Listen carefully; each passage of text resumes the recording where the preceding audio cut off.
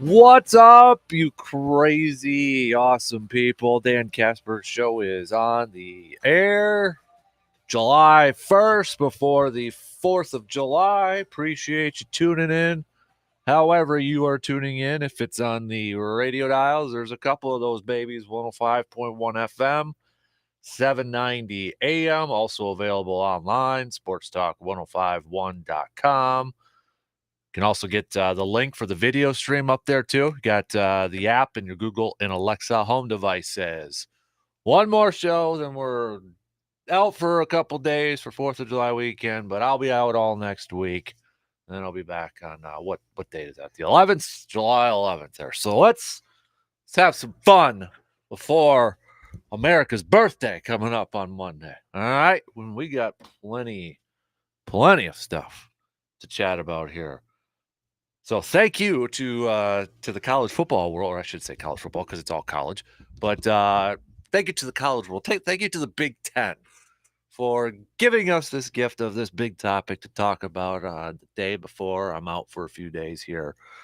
In case you didn't hear, in case you didn't see it anywhere yesterday, kind of a bombshell, the Big Ten will be adding the USC Trojans and the UCLA Bruins to the Big Ten Conference starting in 2024. That's right.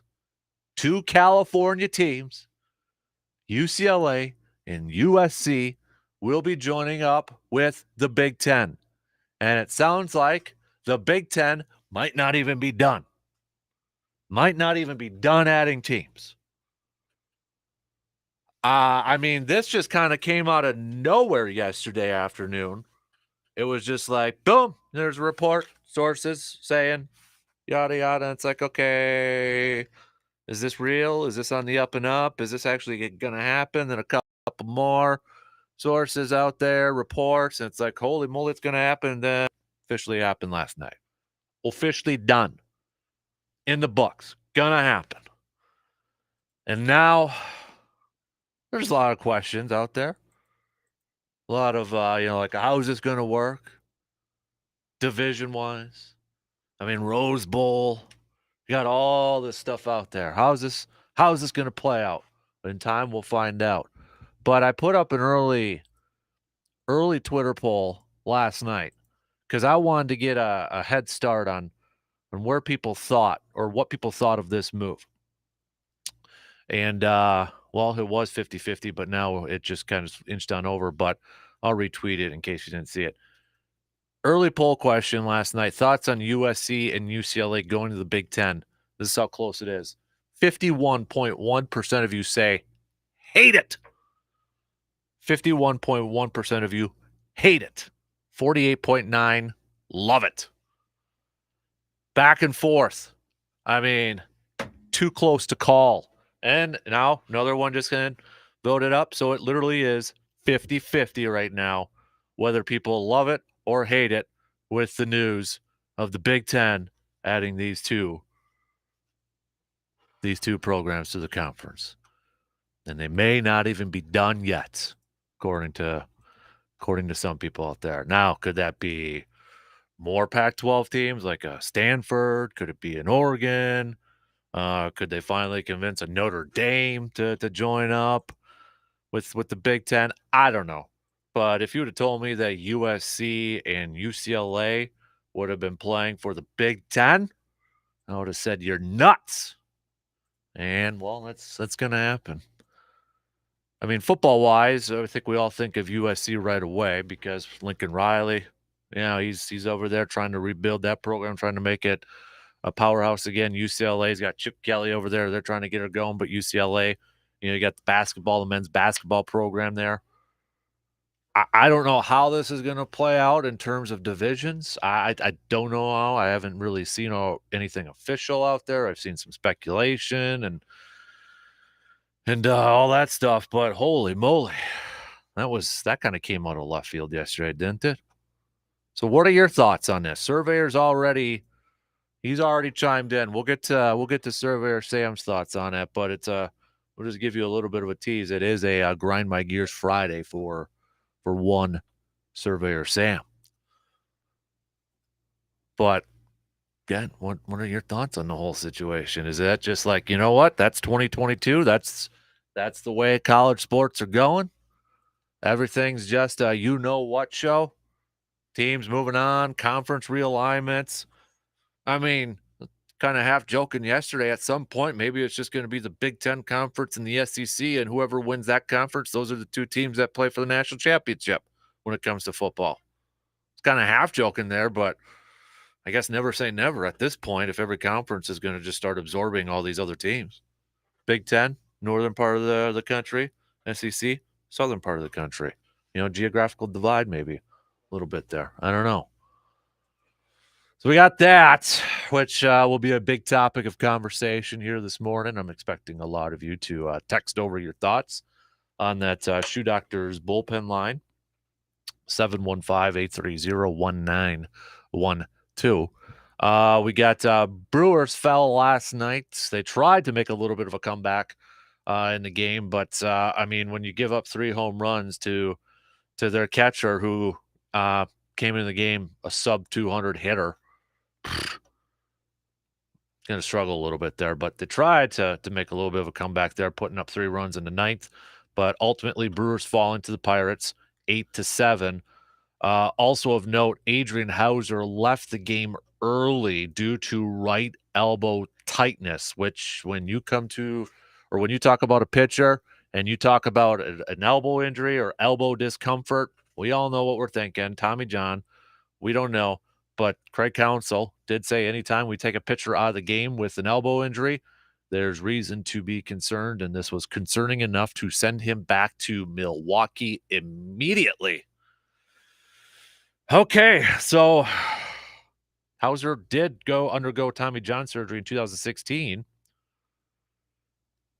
Hauser did say he was encouraged by the on-site strength tests administered in the clubhouse. But, I mean, he's going to go on the IL. Brewers now, and you got Freddie Peralta out. We'll see what an Aaron Ashby kind of update's going to be hopefully coming here soon. But now it's like, all right, do the Brewers got to go out there and maybe find another starter? We talk about trade deadlines, and now that's going to be about a month and a day and away. Do the Brewers need to go out there and get another starter to add to the rotation at this point? I don't know. But, hey, we got Corbin Burnes on the mound tonight for the Brew Crew.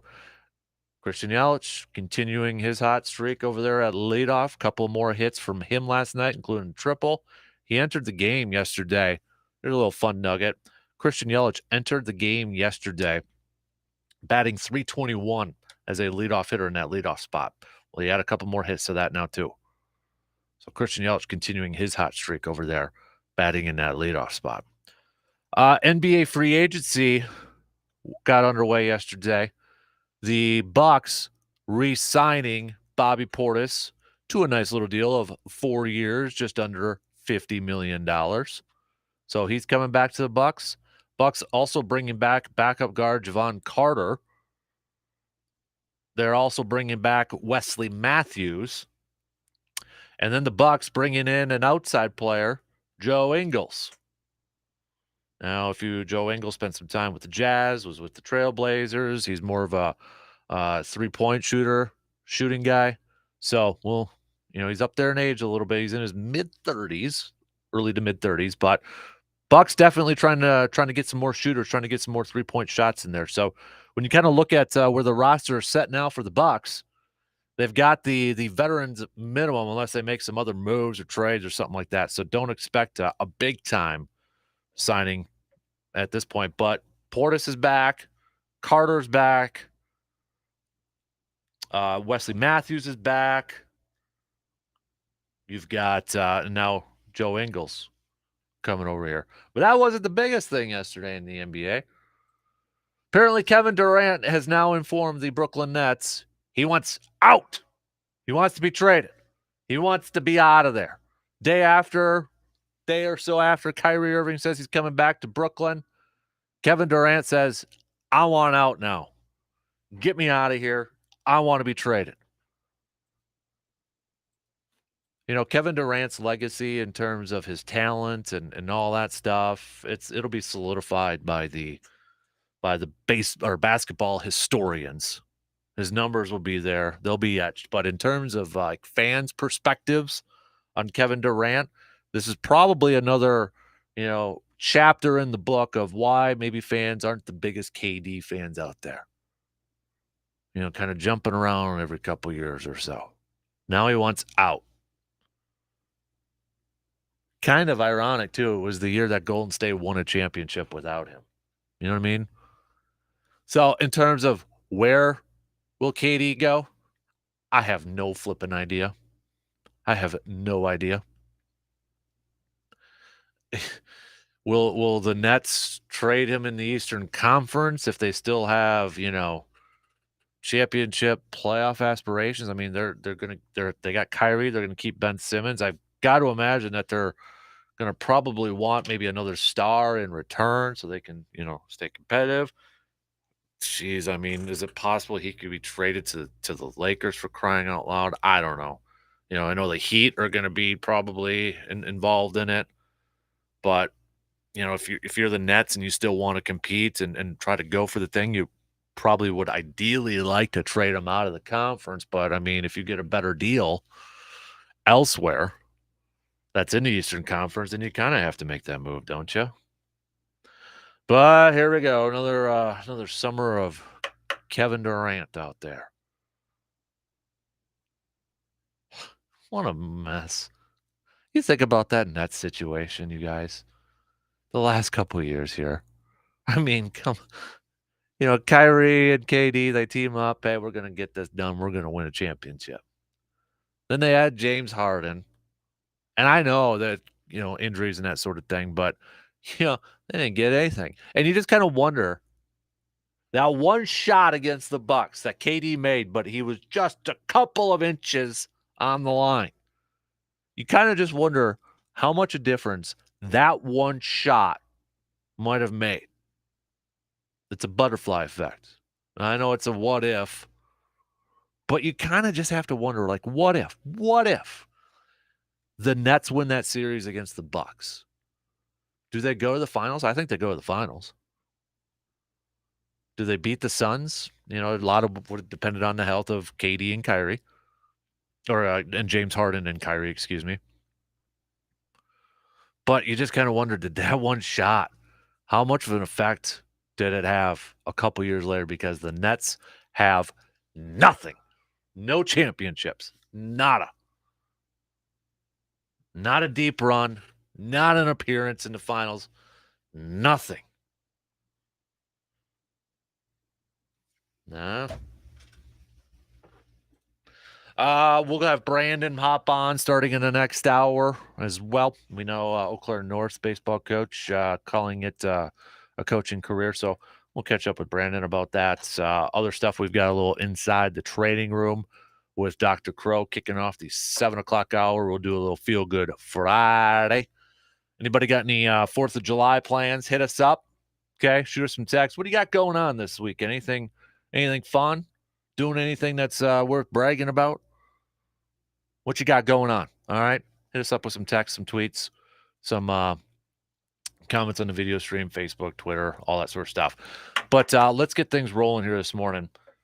Are you in the camp of Surveyor Sam, where you are upset with this move by the Big Ten adding USC and UCLA? Are you upset about it, or do you like it? Do you love it? Or do you just not give a rip because, hey, that's 2022. College sports is just, it's all over the place right now. What do you think?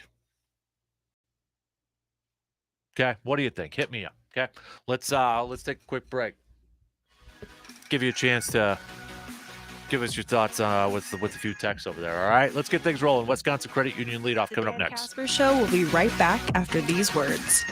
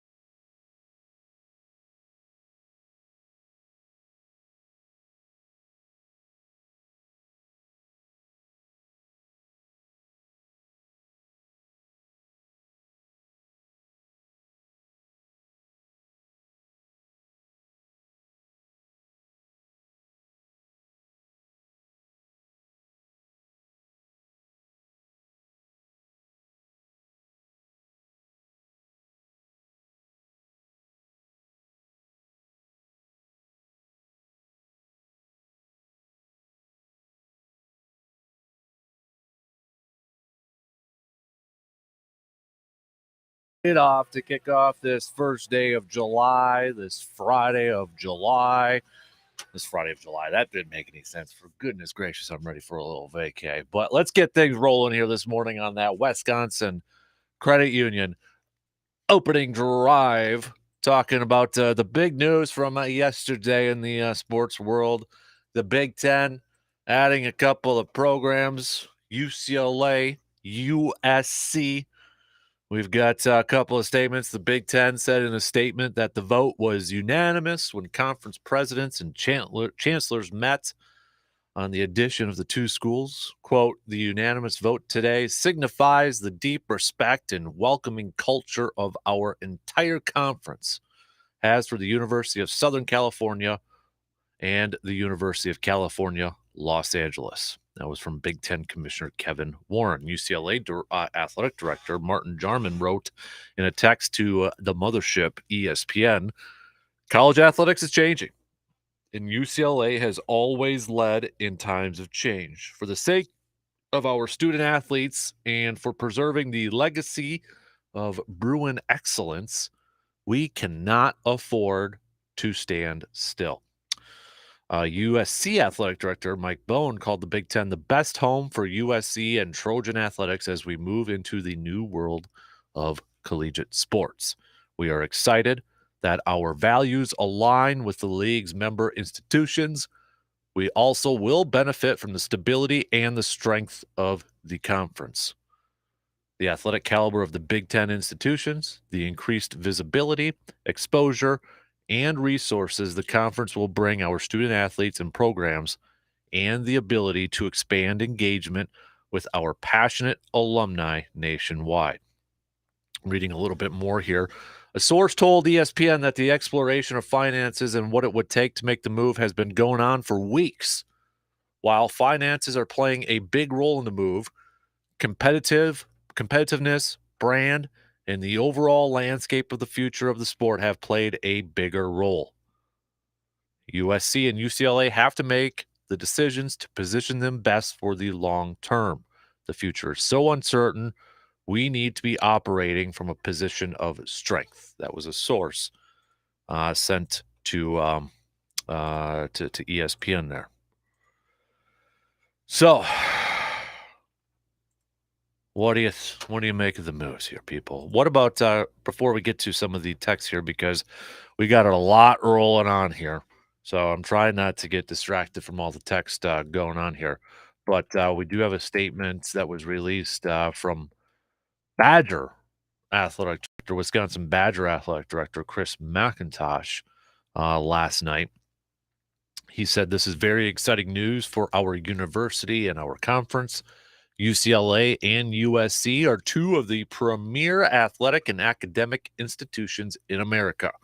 Their addition further strengthens the Big Ten's stature as the nation's most impactful athletic conference on and off the fields of play. I am especially thrilled for our West Coast alumni. They will now be more connected than ever to make the conference and to their alma mater. I can't wait for our teams and fans to come together on a regular basis in Southern California.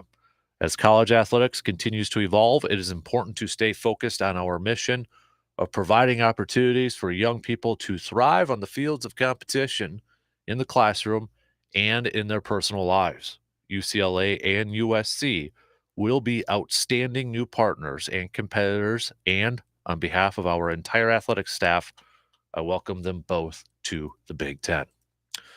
All right, let's go through some of the comments. We'll start it off with Surveyor here. I'm going to go a little slow, just in case, Surveyor. I didn't get to read the whole thing, just in case there's a word in there that I can't say. Okay, but DK, I have to grind my gears on a Friday. How in the world can the Big Ten even consider having two teams from the West Coast join, let alone USC and UCLA? One, with having both Southern California schools, you're opening up the option for a majority of major high-profile high school athletes to consider going to an area where major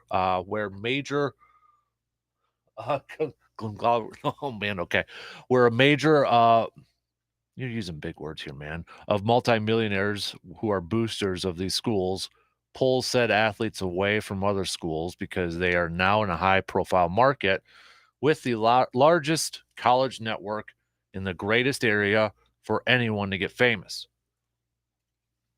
This only makes the playoff race even smaller and more difficult for other programs to compete. Two, how can logistically this make sense?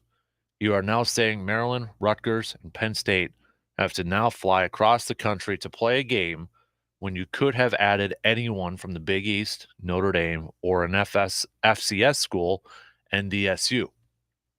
And three, this doesn't actually fit. Let's face it, USC, UCLA fans in Wisconsin, Minnesota. I see what you're going there. Don't apologize for going off. You don't have to do that. Travis from A-Town. Travis from A-Town, by the way, I'm wearing the pull up. Thanks to Ted. The button up there. I know, Travis, you sent the message on Facebook a while ago. You got the same one. Shout out Ted there for that shirt. I don't care for it, but it's probably good to strengthen the Big Ten and keep our conference relevant against the SECs of the world. Another text here. Could be double-edged sword for the Big Ten. Great competition, which could make it harder for the Badgers to compete, but could be good to get recruits to come because of better chance to get seen by scouts when playing against that kind of competition. We got Jeff, Living a Dream Jeff. Good morning, Dan. As for USC and UCLA, I guess it's not a big deal to me. When Nebraska came over, everyone was worried, and at least in football, the Badgers have owned them. Both those schools haven't really been a powerhouse since the 90s. Basketball might be a different story, though. It will be fun to see how these two will stack up against the Big Ten. Everyone have a fun and safe Independence Day, living the dream. We got another text. Love the move. Opens recruiting to the West Coast and will boost competition to Big Ten. So Sam is wrong. He knows nothing. Hey. You don't need to call out people like that. Let's go with this is Rain Man Brandon, brother of Rain Man Mike. Okay. My question is, do they know what side, what team will go on? I haven't seen it anywhere. I'm assuming you're talking about the divisions, West or East. I haven't seen it or anything like that. Just goofing around love show. I know. I'm just giving you a hard time there, Josh, too. I'm just giving you a hard time there, buddy. C-Bomb, hate USC and UCLA, but better than Rutgers and Maryland when they were added. Geographically, I hate it. That's from C-Bomb there. So, kind of all over the place right now. A little 50-50 action, it seems like. And again, the Twitter poll out there is like too close to call. It's going back and forth. Now it's 51% saying love it. My thoughts on it, it's completely it's going to be really weird for me to, I got to minimize the text because they're still coming in. It's going to be very weird for me to consider USC and UCLA in the Big Ten. I mean, it's just, I still struggle a little bit to consider like Maryland in the Big Ten. And maybe it's just because I'm so used to them being in the ACC in basketball, during the Greg Williams era and Steve Francis. So it's going to be really, really difficult for me to consider those two teams as part of the Big Ten, especially, when you think about, the Rose Bowls with UCLA in the 90s with Barry Alvarez. I can see both sides of it. And I think maybe the majority of people, I don't want to speak for everybody, but I think the majority of people, they're probably like, okay, I get it. I understand it. I like the competition level. I hate, kind of like what C-Bomb said, the fact that, geography-wise, and then maybe it takes away from some of the rivalries that we saw in the Pac-12 a little bit. I think, everybody's like, they've got their parts where they don't mind it, but then they got their parts where they don't like it, where it is kind of 50-50. To me, it's just weird. I mean, but that's the thing. That's where college sports is going now with all these conference realignments. Let's face it, Texas is going to the SEC here soon too. They're moving on over to the SEC. If anything, I mean, maybe they're when you look at it for the Big Ten, hey, we've got teams out there that want to be in the Big Ten. They respect the Big Ten conference. I know back in, not that long ago, Big Ten was kind of like, oh yeah, they're tough, old school kind of conference. But when it gets to a national championship, if it's Ohio State versus Florida or something like that, Florida's speed, SEC speed is just going to dominate Ohio State, et cetera, et cetera, et cetera. But I mean, you've got this immense respect for this conference, for this Big Ten conference, which obviously is a huge positive. There's going to be an influx of money coming in. We know this. There's going to be a crap ton of money coming in. Money speaks. Money is the number one thing in a lot of situations like this. I mean, the Big Ten Network, I mean, holy moly. I mean, I like it in the sense that it's competing against the SEC. It's going up against the SEC. Doesn't mean that they're going to be better than the SEC. But man, it's just the only thing that I can, when I keep thinking about this, the thing that just keeps popping in my head, it's gonna be damn weird. It's gonna be just kind of like I still consider the Raiders from Oakland. I still consider the Guardians, not the Cleveland Guardians, Washington Commanders. That's some weird stuff, name changes and conference realignments and all that sort of stuff. It's just weird to say that Wisconsin and USC are going to be in the same conference. Same conference. But I will be curious to see how it does affect a team like Wisconsin, though. Ohio State's still going to be Ohio State. They're going to do their thing. But I'll be curious to see how it does affect a team like Wisconsin, like a few of you were saying, recruiting-wise. Could it help Wisconsin recruiting-wise by they could go into this kid's home and be like, hey, look at the competition we play against. We play against USC. We play against UCLA. We play against Ohio State, Michigan. The competition level that we have on our schedule, that's going to get you noticed. We go up against some of the best of the best. If Paul Chris goes in or Jimmy Leonard goes into a recruit's room, they could go and say, look at the teams we go up against. Look at the exposure you're going to get on TV because of the teams we play against. That could help recruiting. On the flip side, maybe there's a negative effect like, oh, okay, now that those teams are in the Big Ten, do they take away from some of the recruits from Wisconsin? Potentially. Could they? We'll see. Will it make that much of a difference for a team like USC and UCLA joining the conference of the Big Ten? Maybe they benefit more from recruiting-wise on the West Coast and taking recruits away from like Oregon or Stanford. And maybe it doesn't affect Wisconsin that much, like where USC and UCLA won't take as many recruits away from Wisconsin, but they'll be able to take recruits away from Oregon and Stanford because they could say, hey, look what conference we're in now. We're going to be playing Ohio State. We're going to be playing these teams. More exposure for you. Which side is it on? We'll see down the road when we get to that. Well, I guess now too with part of the recruiting process going on. I don't know what you see. I don't know if Chip Kelly can. He's been there for a couple of years. If he can turn around that UCLA football program or not. But football wise, I think USC is the big one. You got Lincoln Riley going over there, and everybody's excited about USC and they're back. And I'm pretty sure college football is already salivating about a USC and Ohio State matchup.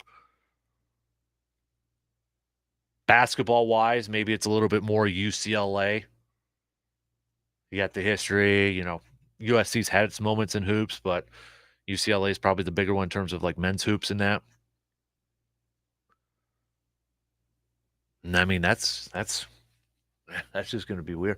And I have no idea how they're going to split it up with the divisions. You would think the West Coast teams would just automatically go in the West, right? You would think that would be the case, but if that means then you'd probably have to move a team that's already in the West to the East So would that be like a Wisconsin team? Would like Wisconsin move over to the East then if those 2 teams go to the West? I don't I'm just kinda looking at, you look at the West, you got Iowa, you got Wisconsin, you got Minnesota, you got Purdue, Illinois, Nebraska, Northwestern. Maybe it's more Purdue. If you add both USC and UCLA to the West, well, maybe Purdue goes over to the East if we're kinda talking about geographically speaking. I would think Purdue would be the first one over there. But then it's like, okay, does Wisconsin, Northwestern, or Illinois? They would be the next one. I would think that they would probably want to keep Wisconsin in the West, right? You keep Wisconsin, you look at that West Division, then Wisconsin, Iowa, Minnesota, USC, UCLA, Illinois, Illinois, Nebraska, or I guess I should say Nebraska, then either Illinois or Northwestern. Then like Michigan, Ohio State, Michigan State, Penn State. Like, I don't know if they would want to add one of those West Coast teams to that East Division already when you've got Michigan, Ohio State, Michigan State, Penn State, the 4 top ones there, Maryland, Rutgers, Indiana. Maybe you put Purdue in there, and then an Illinois or Northwestern. I don't know.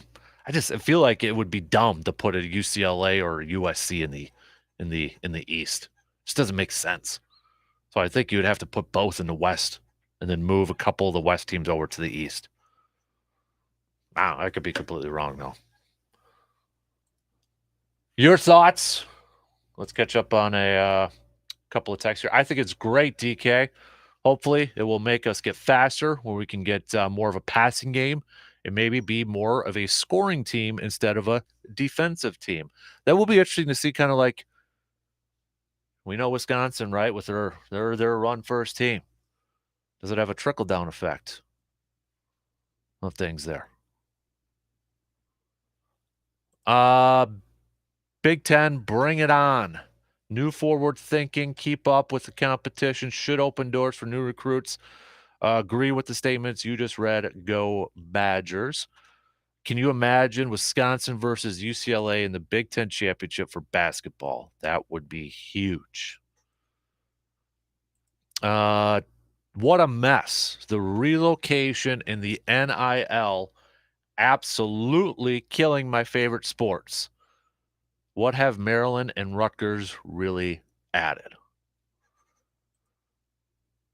Can we do like a little soccer thing where the lower teams get relegated to a different conference or something like that?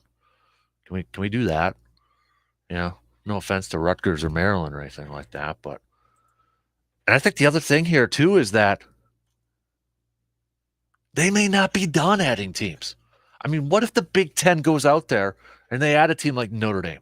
Or what if they pluck more teams from the West Coast, like a Stanford? I mean, Stanford, Wisconsin have always kind of been compared with each other, like how they've built teams and because of their, enrollment and requirements. Oh, what if somehow they get Oregon too? I mean, there's some people saying that Big Ten might not be done. They may be done right now, but there's going to be more teams that are going to want to jump on the wagon here. I mean, can you imagine? Whoo! I mean, how big are these conferences like the SEC and the Big Ten going to get? How big are they going to get?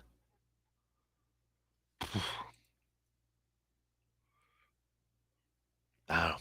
All right, we got to take a quick break. I got to grab some water here. Your thoughts. Keep them coming, baby, okay? Quick break.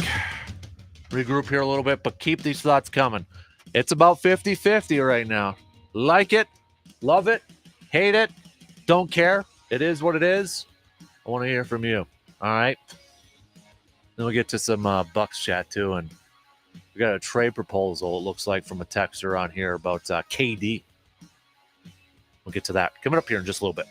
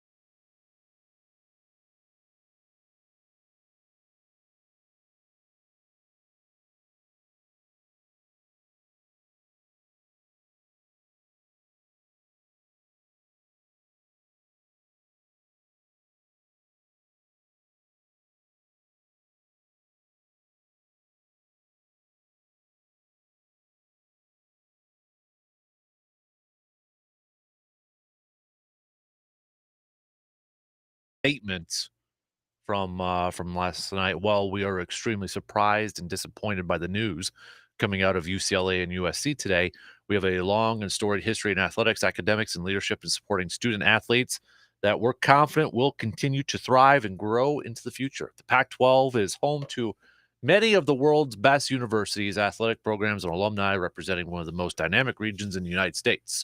We've long been known as the Conference of Championships, and we're unwavering in our commitment to extend that title. We will continue to develop new and innovative programs that directly benefit our member institutions, and we look forward to partnering with current and potential members to pioneer the future of college athletics all together. So we got that on Facebook. Don't forget, follow and like the Facebook page, facebook.com/Casper Sports. Another text here, Philly fan Dave. I don't like it. It's not the Big 24. It's the Big 10, parentheses 11. Stop letting every Tom, Dick, and Harry in. Rutgers and Maryland should never have been let in either. I don't know if I think I mentioned this one already. Wisconsin was already hurt by the NAL. This ruins Badgers all the way around. Not sure if I mentioned that one on the texting line or not. All right, we got a few minutes to the top here. Let's take a phone call from C-Bomb. C-Bomb, where are you on the side of this there, sir? Well, good morning, El Capitano, my brother. I am baffled by it. Actually, I'm on the fence a little bit. I mean, geographically, this is horrible. I'm just trying to figure out how they're going to align the divisions. I mean, this, if anything, it will help Wisconsin if Wisconsin is in the same side of the conference or same. I don't know if they'll still be East, West, North, South. Heck, there's 16 teams now. They might make it into 4 divisions for crying out loud. Yeah. But yeah, because the Badgers have pretty much just ran the West since they split this off. I think it's been 5 years now, and they're always right at the top. And it's a little watered down, I think, on the West side. Other than Iowa coming on, Purdue once in a while is okay. Minnesota with Fleck, yeah. The Big Ten really is the East with Michigan, Ohio State, Michigan State, Penn State. I think this will strengthen the conference overall, but. And I do think it's better than, the additions of Maryland and Rutgers, who have been just nothing but doormats for the football programs. But I just don't get how they're doing this geographically. You touched on it a little bit. Now you're going to say, the Ohio States of the world and the Penn States have to go all the way across the country, or even worse for USC and UCLA, they got their travel schedule. They're going to be putting on a lot of miles, both of those programs. So I'm curious to see how they align these divisions. Mm-hmm. Yeah, me too. And, I saw Sam Decker tweet this out. It must have been yesterday. The Maryland to LA flight is just what those students need to succeed in the classroom during weekdays. Any school's athletic program that tells you academics is their main focus is lying to your face. Winning is greater than grades right now. So, I know there's been like Notre Dame and USC matchups, that's kind of going on here and there. And those are trips too. That's where I'll be curious to see what the schedule looks like. I mean, obviously, UCLA and USC, they're going to have to make at least a few, long distance trips. But is that more of a disadvantage to those teams as opposed to some of the other teams where they might just have to make one of those trips every year? Whereas USC and UCLA, they got to make more of those trips than any other Big Ten schools. So would that be more of a disadvantage for those two teams, though? I think it might be. But let's be honest. The football players in those programs aren't really going to classes anyway, Sam. Right. So we can drop that right now. We know this is all about the money, all about the Benjamins. They're eliminating the Power 5, and it's going to become the Power 2 with the Big Ten and the SEC. And that's what they're trying to do. They're trying to, bolster themselves for that argument with the SEC. But, yeah, I mean, it's got to be a disadvantage to those two programs. So now, might that hurt their recruiting? Yeah, now you get to fly across the country every other week. Mm-hmm. So I don't know. Or are they done yet? Are they going after a couple more schools out there? So then they'll have the Big Ten West. I'm curious to see what happens, like in Oregon or some teams out there, Washington, Stanford. I'm curious. Yeah, I'm curious to see what they do there. But yeah, I like your idea of taking some of the bottom dwellers and like in soccer and moving them on out, because I never did like the Rutgers Maryland editions, and if they disappeared off into some other conference again, it wouldn't bother me a bit. Yeah, I mean, I don't know if if you're Rutgers and Maryland, you're obviously liking the money, but in terms of competitiveness, you kind of got to be looking at this and be like, all right, do we need to move on to another conference where maybe we can actually win conference games? But it's all about the money. They'll stay in there because of the money. That's all that matters at this point. Yep, I agree, and it is all about the money. That's the whole thing with this USC and UCLA, and it will help with more money for the Big Ten. It will help recruiting, just for Wisconsin alone. Hey, look, like you said earlier, We got USC on the schedule. We got UCLA. We're playing on ESPN. We're playing on, these prime games you'll be seeing across the country. That's what these kids want. ABC So Saturday nights, with what's Reese Davis, or not Reese Davis, but Kirk Herbstreit and all that. The ABC Saturday night game or whatever. Absolutely. So yeah, I'm really curious. I don't see them putting 8 teams in each division. Do you? I mean, maybe they will. I could see them if you look at it geographically. What are they going to do? Take Purdue and Illinois and move them to the east, and then add these two to the west, or do they make a north-south? Do they make? I'd be curious to see 4 divisions. Take Nebraska and those two out there, and maybe Iowa, and then have Minnesota, Wisconsin, Northwestern, and Illinois in a division. Then you got Michigan State, Purdue, and Indiana, and then you can have your East with Ohio State, Penn State, Rutgers, and Maryland. I don't know how they would do it. Maybe that's the way they do it, kind of like a little NFL-esque, where they've got smaller divisions. You play your division teams, and then you kind of trickle them in with a couple of other teams, and maybe that's what will limit some of the travel. Like if you've got, because there's no way you can put a UCLA or USC in the East, right? I mean, that's just, you can't do that. That doesn't make any sense. So, but if you make it USC, UCLA, Nebraska, and maybe a Minnesota or something like that, it would limit the travel there a little bit, and then you just kind of trickle in a couple of the other teams there. I'd be on board with that.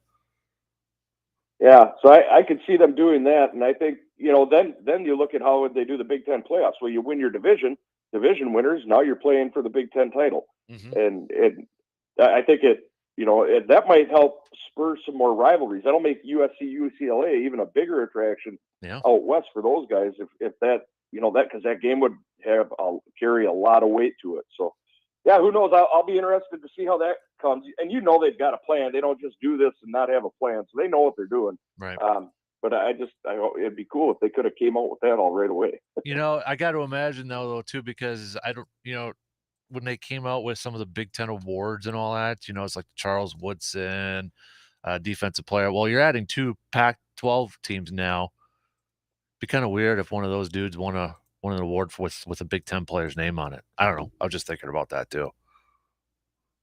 Yeah, it is going to change a lot of the. Man. It's going to be so weird. It really will. That a lot of college football has a lot of deep-rooted history that's been changing a lot the last 10 to 15 years, and this is a big one. Nebraska coming to the Big Ten, I thought was a huge thing, and I thought it was awesome. I thought Nebraska is a Big Ten type team. Yep. UCLA and USC, I never would have thought that they'd be Big Ten teams. No, I totally agree, man. All right, hey, that shot clock's gonna cut us off. So you have a fantastic 4th of July weekend, buddy. Okay. You as well, and you're on vacation next week, right, Dan? Yeah, I sure am, sir. I sure am. Enjoy every minute of it, my brother. You guys have a great time. Awesome. Appreciate it, sir. We'll talk soon, okay, bud? Man, have a good one. You too. There you go. There's C-Bomb. Hopping off on the phone. This will be a conversation we'll be talking about all morning here. So hit us up with some text, some tweets, some Facebook, some video stream comments, all that good stuff, baby. 1 in already. We got 2 more to go. We'll be back in just a few minutes.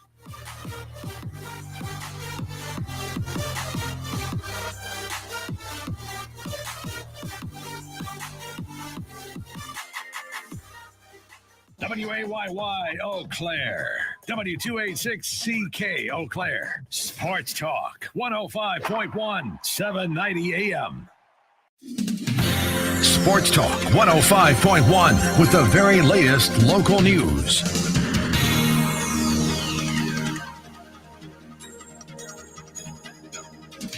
Well, a man accused of human trafficking in Eau Claire County is heading to trial. Prosecutors say the plea deal with Mark Scoville Sr. fell apart yesterday. He's accused of drugging and sexually assaulting at least 6 women between 2016 and 2019. At trial now set for February. We follow up with the family, and the brother of the Indiana man accused of breaking into Baraboo Zoo and freeing some animals says he can't make sense of the crime. Aaron Hovis' brother Jamie says he and his brother did some crazier things than the zoo break-in, but never anything, quote, hardcore illegal.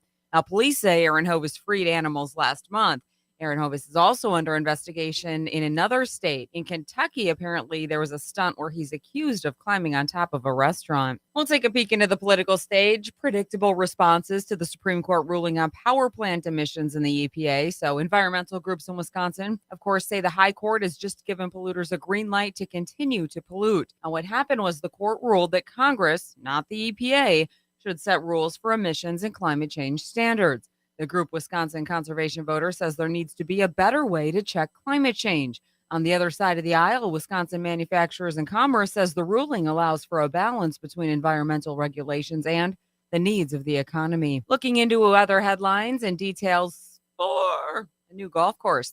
At least the legal fight in Wisconsin court over a new Kohler golf course has ended.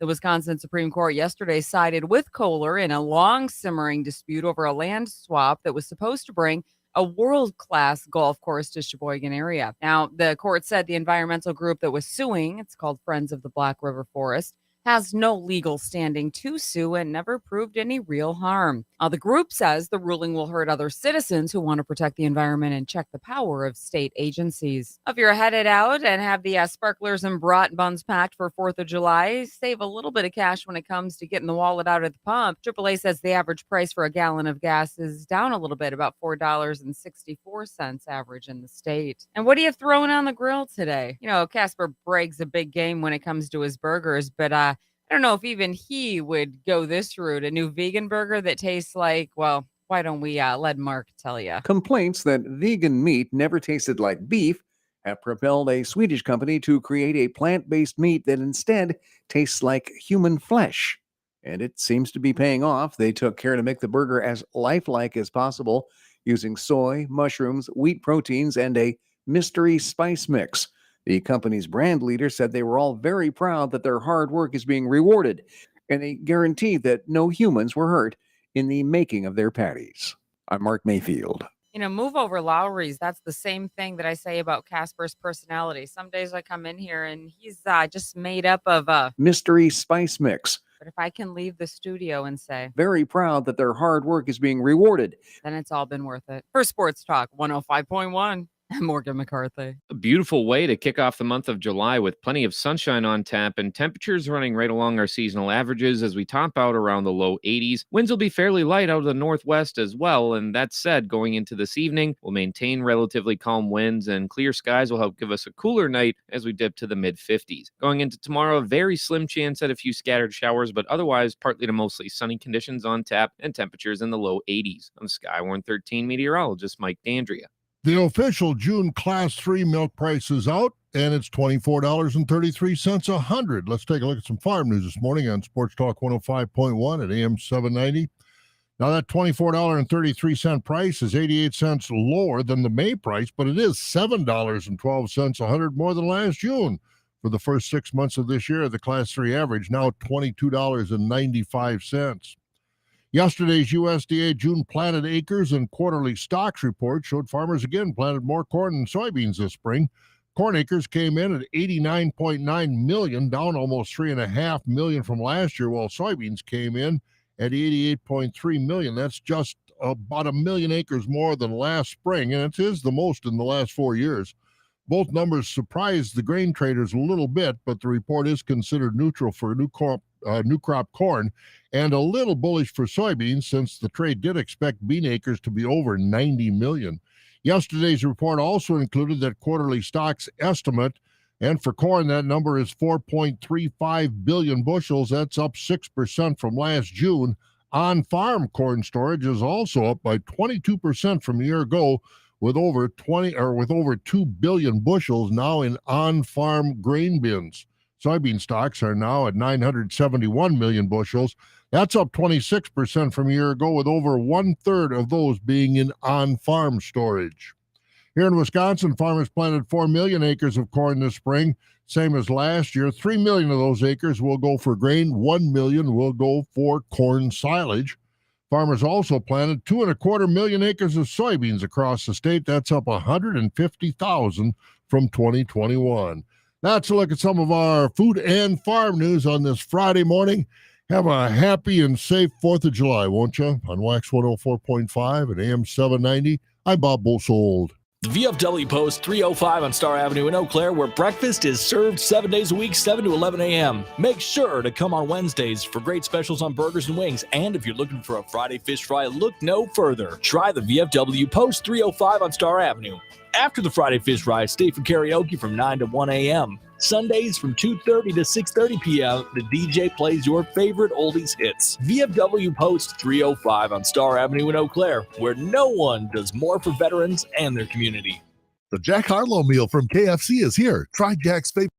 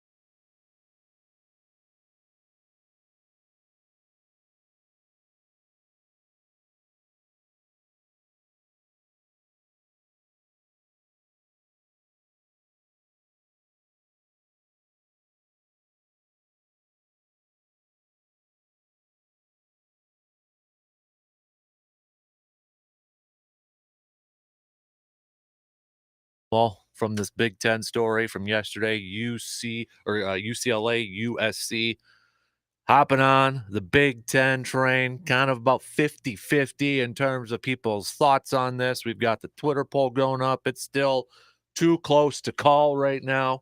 So if you haven't had a chance to chime in, you can do so. We kick off this hour talking with our dude, Mr. Austin Crow, Dr. Austin Crow from Chippewa Valley Orthopedics and Sports Medicine, for a little inside the training room. Well, I'll ask you, Austin, your thoughts on USC and UCLA hopping on over to the Big Ten. What was your first initial reaction?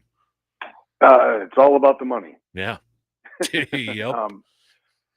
I think it's going to be, nice to see the expansion in other markets and I think, a bit more of a national presence. So I'm sure financially for the Big Ten, it makes a ton of sense, and competition level, it's only going to improve that. USC's got some great things going on in football. So I think there's a lot of things to be encouraged, but for traveling for games and stuff and some of the logistics, it's going to be, think of like the Rutgers going to play a game at USC. That's like 2 time zones away. Yeah, exactly. So I'll be curious to see how they kind of split up the divisions and all that stuff too. So, well, I think the bigger question is, are they done expanding? I would say maybe not, Yeah, maybe a little Stanford or Oregon hopping on over Washington. Mm-hmm. Yeah. Maybe Notre Dame finally kicks in too. I think it's finally going to happen. I do, but who knows? Maybe it'll be wrong. Yeah, we never know. I agree with you though. I think they're not done. So, and maybe the SEC isn't done anymore too. So, hey, no kidding. Hey, we had a question from a listener a little bit earlier that I wanted to ask you. They said, when we hear the term somebody has a clean tear, like a clean tear of the ACL, what exactly does that mean by it being a clear tear? Or a clean tear, excuse me. A clean, yeah. I guess that'd be a synonymous with a complete disruption. So, you can have partials, but usually when we're talking about that, the term sometimes clean is more associated with a clean break. With a tear, I guess you'd probably be using it in that same sense where it's just a complete disruption. It's not a term we use in the medical field real often, but I suppose in the sense it'd be that it's completely ruptured. Maybe in addition that there's no associated injury with it. So if it's like an isolated tear, perhaps, I guess like I said, we don't use that term too often. So there really isn't anything like, oh, so he suffered a clean tear, so that means he, let's say he suffered a clean ACL tear. That doesn't mean he's like, oh, that's gonna improve his timeline to come back or anything like that. Nope. If you tear it, doesn't really matter if it's a mid-substance or an avulsion off the bone. It's all going to be basically the same. Yeah. So there you go, everybody. So whenever you hear that from the media, doesn't make a difference, right? Exactly. Hey, Adrian Hauser from the Brewers departed his game early yesterday. When you are a pitcher, you don't like to hear this, but tightness in his right elbow. So when you hear that, and elbow injuries with pitchers, you automatically think about Tommy John, and Adrian Hauser had Tommy John surgery in 2016. So he said he complained of some tightness on the top and the back of his right elbow. Would that be consistent with a Tommy John type of injury? Well, it could be. So the Tommy John's on the inside of the elbow. So right there, you're like, well, it's a different part of the elbow. It doesn't matter. But the problem is as throwers develop medial or inner instability, think of it like a hinge. So if you're opening one side, what's happening? You're compressing the other side.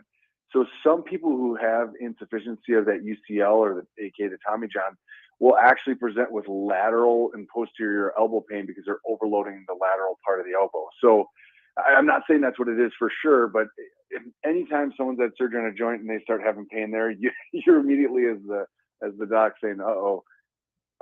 But it sometimes it is just a little muscular issue. So it could be related to, if it's posterior, the triceps, or if it's lateral, the extensor, so aka tennis elbow. But it certainly could be a marker of something more serious going on. They said that he was encouraged with the on-site strength tests on there. So is that one of the tests to kind of figure out if it is a Tommy John surgery, is testing the strength of that elbow?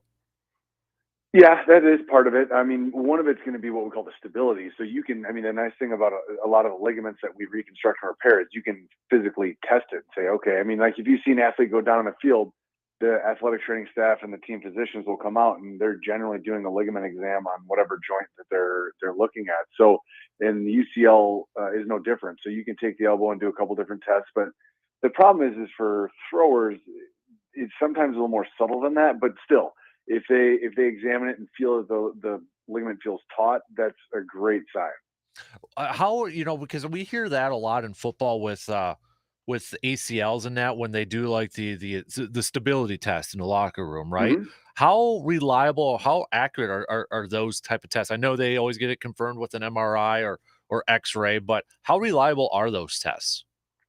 Yeah, that's a great question. The answer is for some ligaments quite high.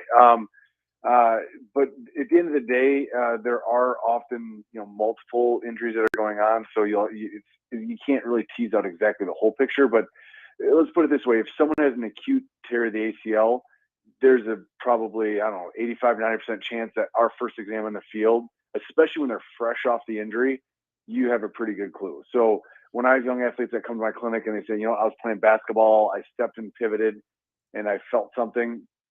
And you examine that first pull on that ligament, you usually know. So there is always that confirmatory MRI, certainly at the professional level, but really at every level. But yeah, there's a pretty high marker. So that's why the team will often come out and say in their press release, like, oh, there's concern for an ACL tear, we're confirming an MRI. If you went back and read those press releases, I bet you 95% of the time that MRI shows that there's a tear. It's pretty accurate. For those on-site tests too, is a lot of that to determine, like, okay, how do we, for lack of a better way to say it, wrap it up or brace it or anything like that? Does that have anything to do with it? Yeah, because there's some things that you can have a significant ligament injury that doesn't necessarily preclude them from going back out, right? So there's a huge difference between like an ACL and an MCL injury. So there are athletes who have an MCL injury that can be even moderate grade that you'll examine. If it isn't holding them running and doing stuff, they can get back on the field. So you put them in a collateral brace that stabilizes the knee, and if they're able to go, they can go back out there. Whereas some of the ligaments, like an ACL tear, that's it for them, right? So yeah, those exams are important for kind of triaging what we need to do. So shut the athlete down, or hey, let's see if you can get back out in the field. Dr. Crow joining us here for Inside the Training Room. We got a text. Apparently, they need your help settling an argument or a bet between these two people. Somebody said, I'm having an argument with a buddy. For a general person, which injury is harder to recover from, a broken arm or a broken leg?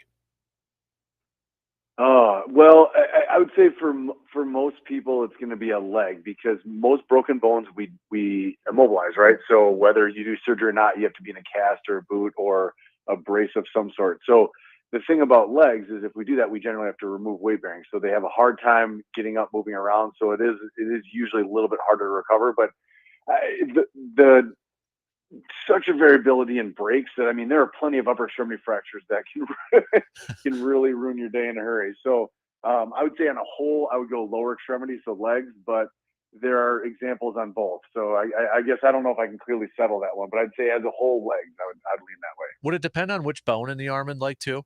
Oh, absolutely, yeah, and the severity. So I mean, there are some injuries in the arm that are really not quite nasty, frankly, but the lower extremity does too. So I think it really depends. And in some joints, for example, like if you break around the elbow, there can really be a lot of residual stiffness. And so when we see people, athletes or not, that have bad elbow injuries, that always is going to be a tough recovery. So there are some fractures that immediately when they come in the door, that this arm or joint or whatever is never going to be the same. And that's just unfortunately the way it is sometimes. So yeah, there are some upper extremity fractures that are definitely hard to bounce back from too. Yeah, and when you mentioned the elbow, I mean, Archie Bradley, the pitcher for the Angels, I don't know if you heard about this. So that brawl from a few days ago, I saw that video. Yeah, he broke his elbow by falling over the rail trying to get involved in that brawl. So getting out of the bullpen, he broke his elbow doing that. I mean, I got to imagine with a broken right elbow on the IL, that's going to be a long time for a pitcher to come back from, isn't it? Yeah, it will be, and it depends. Odds are for a mechanism like that, it's probably a radial head fracture. He probably fell and landed on his extended arm. So those bounce back relatively quickly, but yeah, that's got to be healed for him to throw. Otherwise, it's going to hurt and potentially cause issues if the fracture shifts. So yeah, that is not an ideal move, and that was I was waiting for you to say, got the people's elbow to that. That's how I broke it, but. That's like, I was just kind of imagining him landing on that, like hitting your funny bone, but hard enough for a bone to displace. Yeah, that just gives you cringes. That's a big one. That just gives you cringes, man. Holy moly. Mm-hmm. So, okay, so the same texter asked, okay, this is kind of funny. So when John Travolta in Urban Cowboy sawed off his cast to go riding a bull, that's not very accurate. I don't know if they're having a big time argument or something going on. Right? I would definitely not accurate. I mean, there are definitely stories that, I mean, I think there's a couple urban legends around some of those too. Like, Jerry Rice, after his knee surgery, he supposedly took his brace off and started rehabbing like the next day. Yeah. Those are things that, like, you hear athletes, sometimes they'll tell that back to us and it's like, no.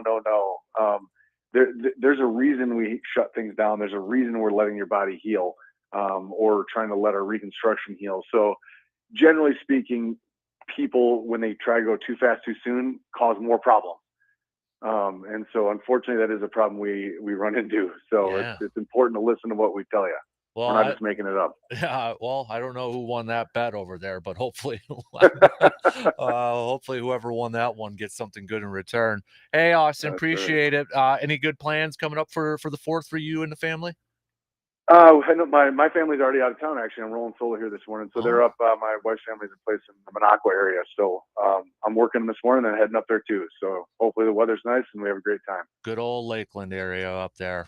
Love the Timber Ridge Golf Course too. So, hey, well, you have a good 4th of July weekend, buddy. Appreciate the time as always, and we'll talk soon. Okay, sir?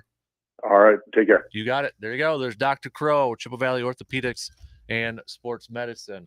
We're going to take a quick break, and then we got Brandon Berg already in studio here this morning. We'll get his thoughts on the Big Ten shakeup. We'll talk some Brewers. We'll talk some Bucks too, and NBA. KD wanting out again, wants to find another team to play for. Keep up the conversation. Hit us up with some text on that Shoe Doctors bullpen line. The Dan Kasper Show.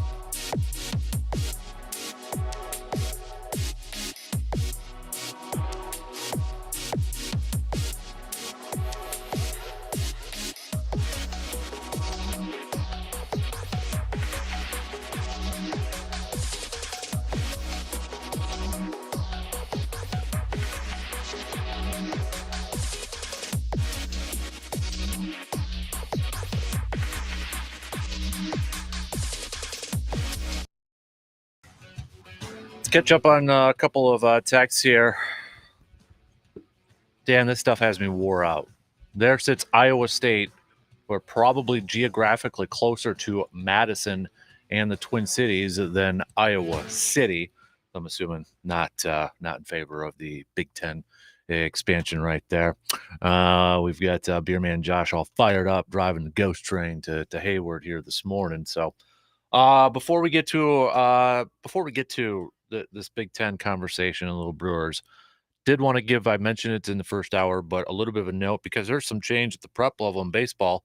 Coach Johnson from North calling a career. Didn't Memorial's coach retire to maybe I'm not, maybe I'm making that. I'll double check that. But Coach Johnson from North, that's a big time loss for that program, isn't it? It is. It's the changing of the guard. I mean, someone that's had a ton of success. I mean, came in the middle part of the 2000s, and really, I mean, North has been a prominent program area. You know, has a couple state championships under his belt. Most recently, 2019. Yeah, Bob Johnson. Yep. Also. Back down at state this year. Mm-hmm. So yeah, I mean that's a loss, but at the same time, I mean that's a yes, and Coach Roll also stepped down. So. Yes, but at the same time, that's a heck of a run. I mean, that's a lot of success to have, and you know, building a program. I mean, Eau Claire is a baseball town, and you know the work of those coaches at their respective schools. Big reason why. Yeah. Big shoes to fill. Big shoes to fill, but also someone left in a good spot. Yeah, program's left in a good spot. Someone will be coming into a program that has a lot of success, is used to success, and will want to continue that success. Definitely. So I just wanted to kind of mention that, and it'll be interesting to see who replaces. Coach over there. So I'm sure they should have a lot of high caliber candidates. Yes, exactly. Okay. What was your first reaction when you heard the news yesterday about UCLA and USC going to the Big Ten? Your instant reaction, keep it clean. I was gonna say, I don't know if I can exactly say it on the radio, but I on the one hand, I was surprised at first, but once and kind of the what the texter you just read and said kind of alluded to my point here is we just have to kind of get out of this idea of conferences making sense regionally, because now conferences don't care about that. It's about money. It's about the money. If they say, oh, it's not about the money. No, it's about the money and how much money they can get. And that's what we have now. We have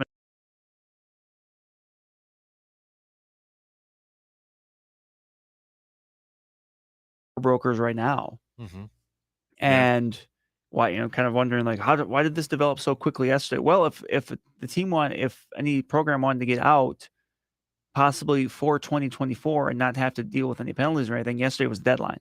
Good note. With it being the end of June. Yep. So deadline spur actions, right? They do. And in this case, I mean, you've got, two of the, preeminent programs in the Pac-12. So yeah, I mean, it doesn't make any sense logistically, right? But it does money-wise, and that's what's going to matter too. And I know a lot of the focus will be on football with this, but it does factor into basketball. I was thinking like, okay, USC mostly for football, and we'll see what Chip Kelly can do with UCLA. There, he's been there a couple of years now, but like for men's basketball, UCLA, USC's had their moments. Yeah, they've had their moments too, but yeah. But a lot of the tension is faced on for the football programs here.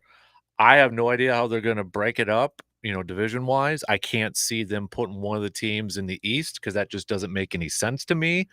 So I got to imagine there's going to be some realignment. Do they make 4 divisions? I don't know, but they'll figure something out. I think we're going to be going away from divisions because that's already been a bit of the rumbling. I think the ACC is already doing that. Yep.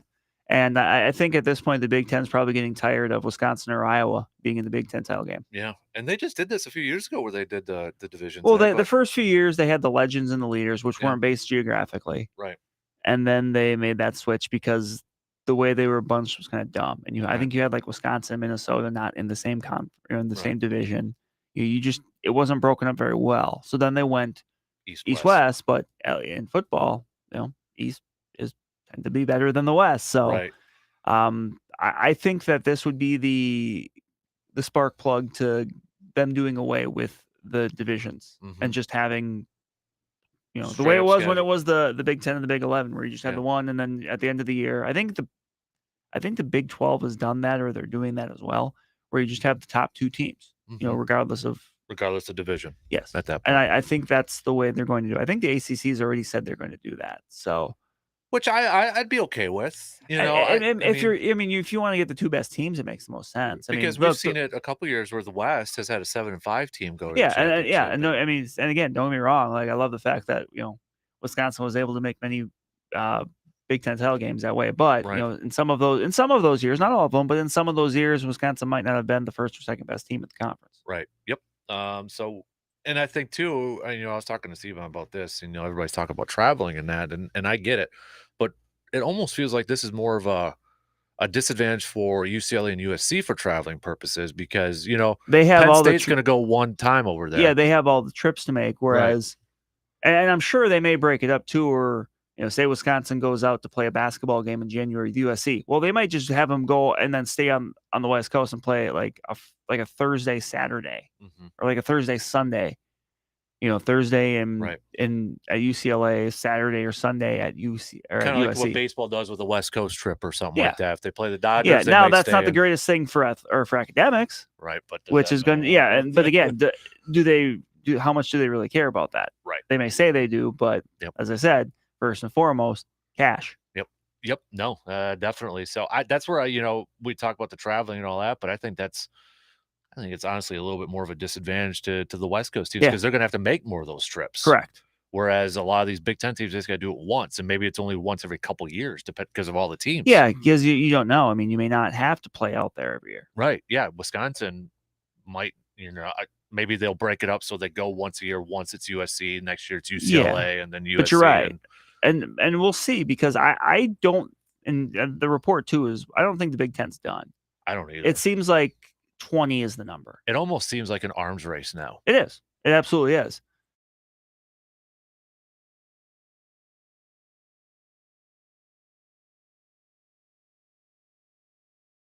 Where? Because Texas is going to be going over there, and so is Oklahoma. So I mean what's the case here with like the Big 12? Because to me, so far, say what you want about the SEC, but they've done a pretty good job of attracting teams that are still roughly in their regional footprint.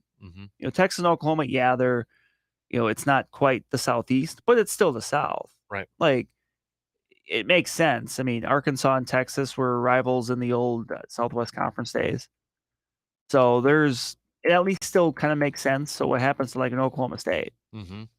So like I'm looking, because I was reading too, you talk about, again, with the money, with the Big Ten, different markets across the country. Yes. And the one that's missing is South with like Texas. Yeah, and all that. Some big. So, I mean, would that mean like a Baylor potentially?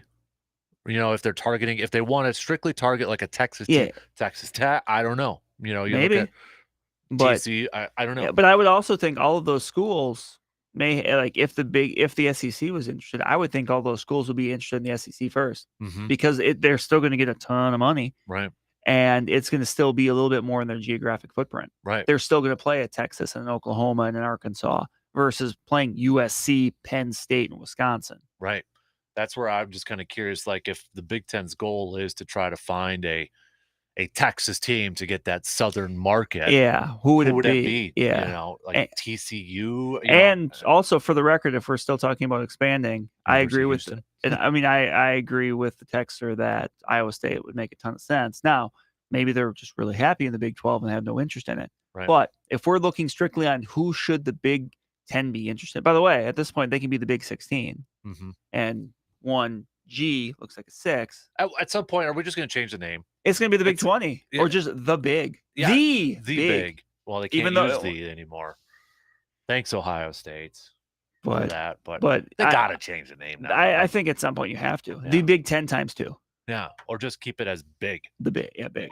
Big. And I know that's kind of the logo already and all that, but I think 4 more teams. Like and I think we're going to get to the point where we have like 2 or 3 super conferences. Yeah. And everyone else kind of fighting over the crumbs. So that's what I was kind of like, it's like, oh, it's going to be like AFC versus NFC, but it's Big 10 versus SEC. It's almost going to be a bit like the old American League, National League days. Yeah.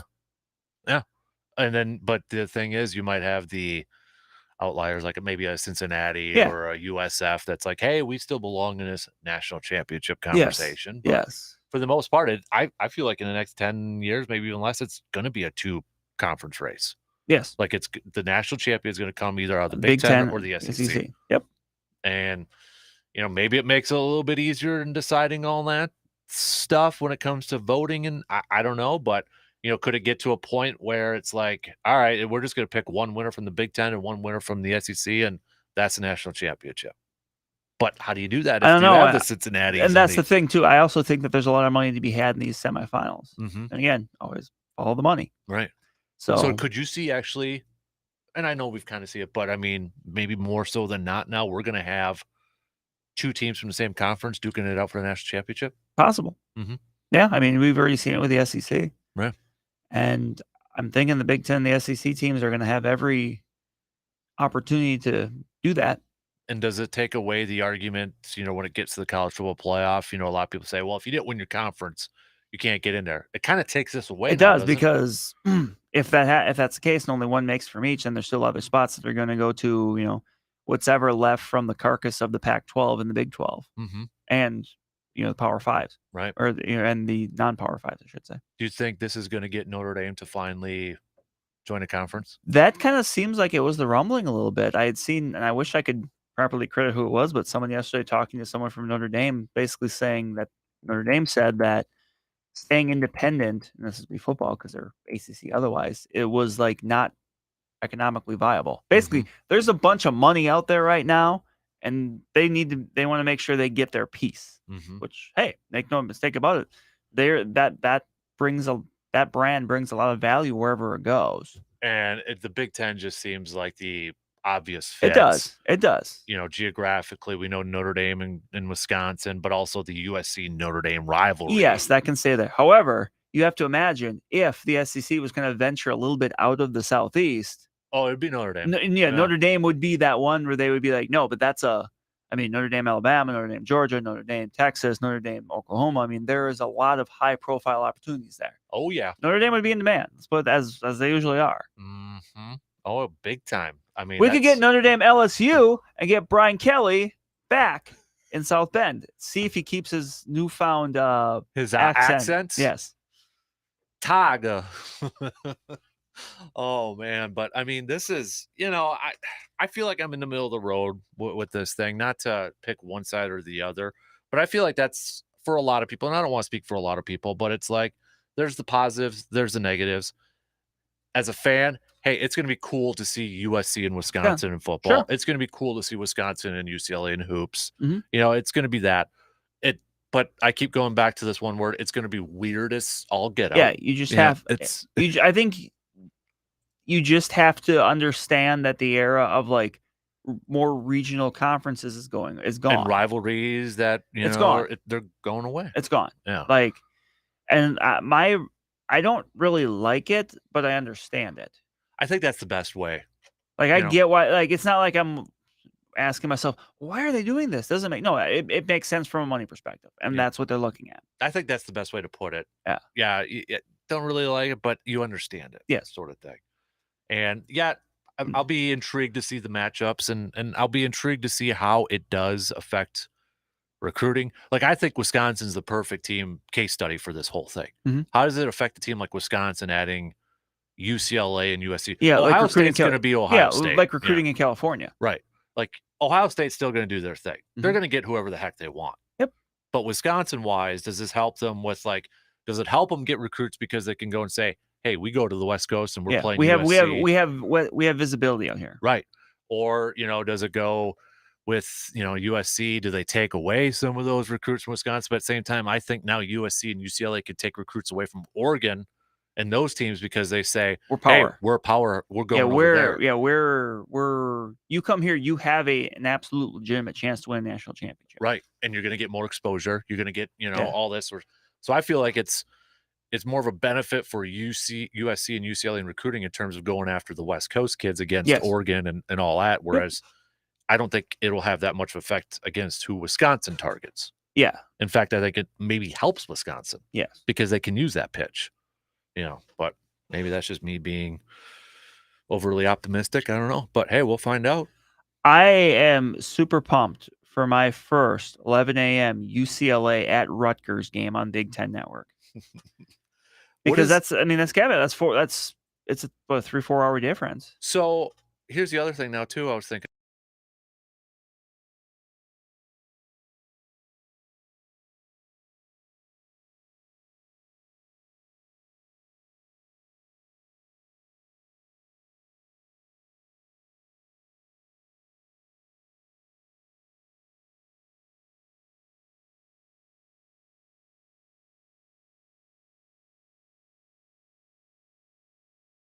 Mm-hmm. Yeah, I was kind of thinking about that too. Does that change the whole thing? And then it's going to be, you go back. Like I think of Wisconsin, UCLA. I think of the Rose Bowl with Perry Alvarez and all you that. think of you think of the Rose Bowl, the '94 Rose Bowl. Right. Yeah, I still have the T-shirt. I think that's everyone got a T-shirt that Christmas for the Rose Bowl because it had been 60 some years, or sorry, 30 some years. Yep. Yeah, we kind of mentioned this in the last hour here. This texter, if the Big Ten gets 20 teams, could you foresee them breaking into 4 divisions and having a 4-team playoff to determine the champion? I know C-Bomb kind of mentioned that in the first hour there too, which you would have to adjust the schedule. I think. Yeah, you would have to get rid because you're not gonna. I don't think you're gonna add additional games. You'd have to go to like an 11-game schedule. Right, and then you have the 2 weeks possible, and then maybe what you do is. Kind you have an 11-game crossover a bit, and then you have that 12th game be a crossover. So, say you have north, south, east, west. I don't know, I'm just spitballing here, but you have your 4 teams, but then you have like second place in the north take on second place in the south, whatever. Yep. Like you could to get your extra game. Right. Yeah. So no, that would be. I think that would be the way. Now the question would be, do they take away a non-conference game to do that? And that's where money comes in. Yeah. So that'll be those are questions they have to answer. Mm-hmm. Yeah, because that's for anybody's like, well, they could take away the, so and so versus a 1 double. Yeah, like Wisconsin playing New Mexico this year. Right. However, but that's where a lot of their money comes is like New Mexico pay or they'll pay for that. Yeah. Game. And it's a home game in September, like early on, and let's be honest, it's almost always an automatic win. Yeah, unless you're Appalachian State and Michigan. Or your BYU coming to Wisconsin. That too. So, but no, I don't know. It's interesting. It's intriguing. And I don't think we're done yet. No. Maybe not for this year, but but there will be rumblings you'll hear, I think. Oh yeah.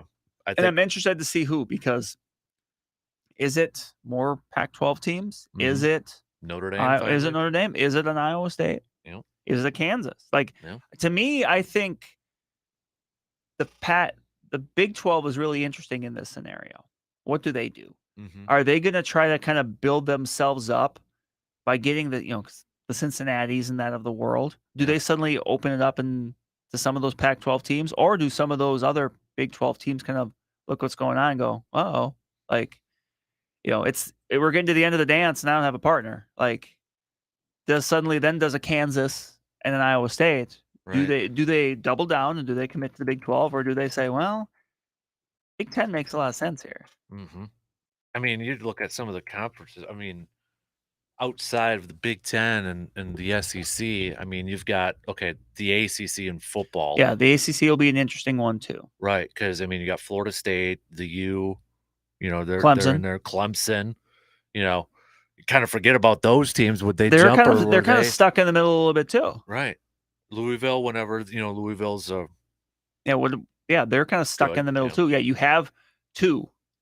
Right. And you have 3 that are kind of stuck in the middle. Of your Power 5, you have the 2 halves. Right. And you have the 3 kind of we'll sees. Yeah. That I'm actually very interested to see what those 3 do. Do you make the commitment to try to build up your own, comparable? I'm not going to say that they're probably going to be able to get much that's going to compare to the ACC or the big, the SEC or the Big 10. Or do you see some of those teams kind of starting to jump? Right. That's going to be an interesting thing to me.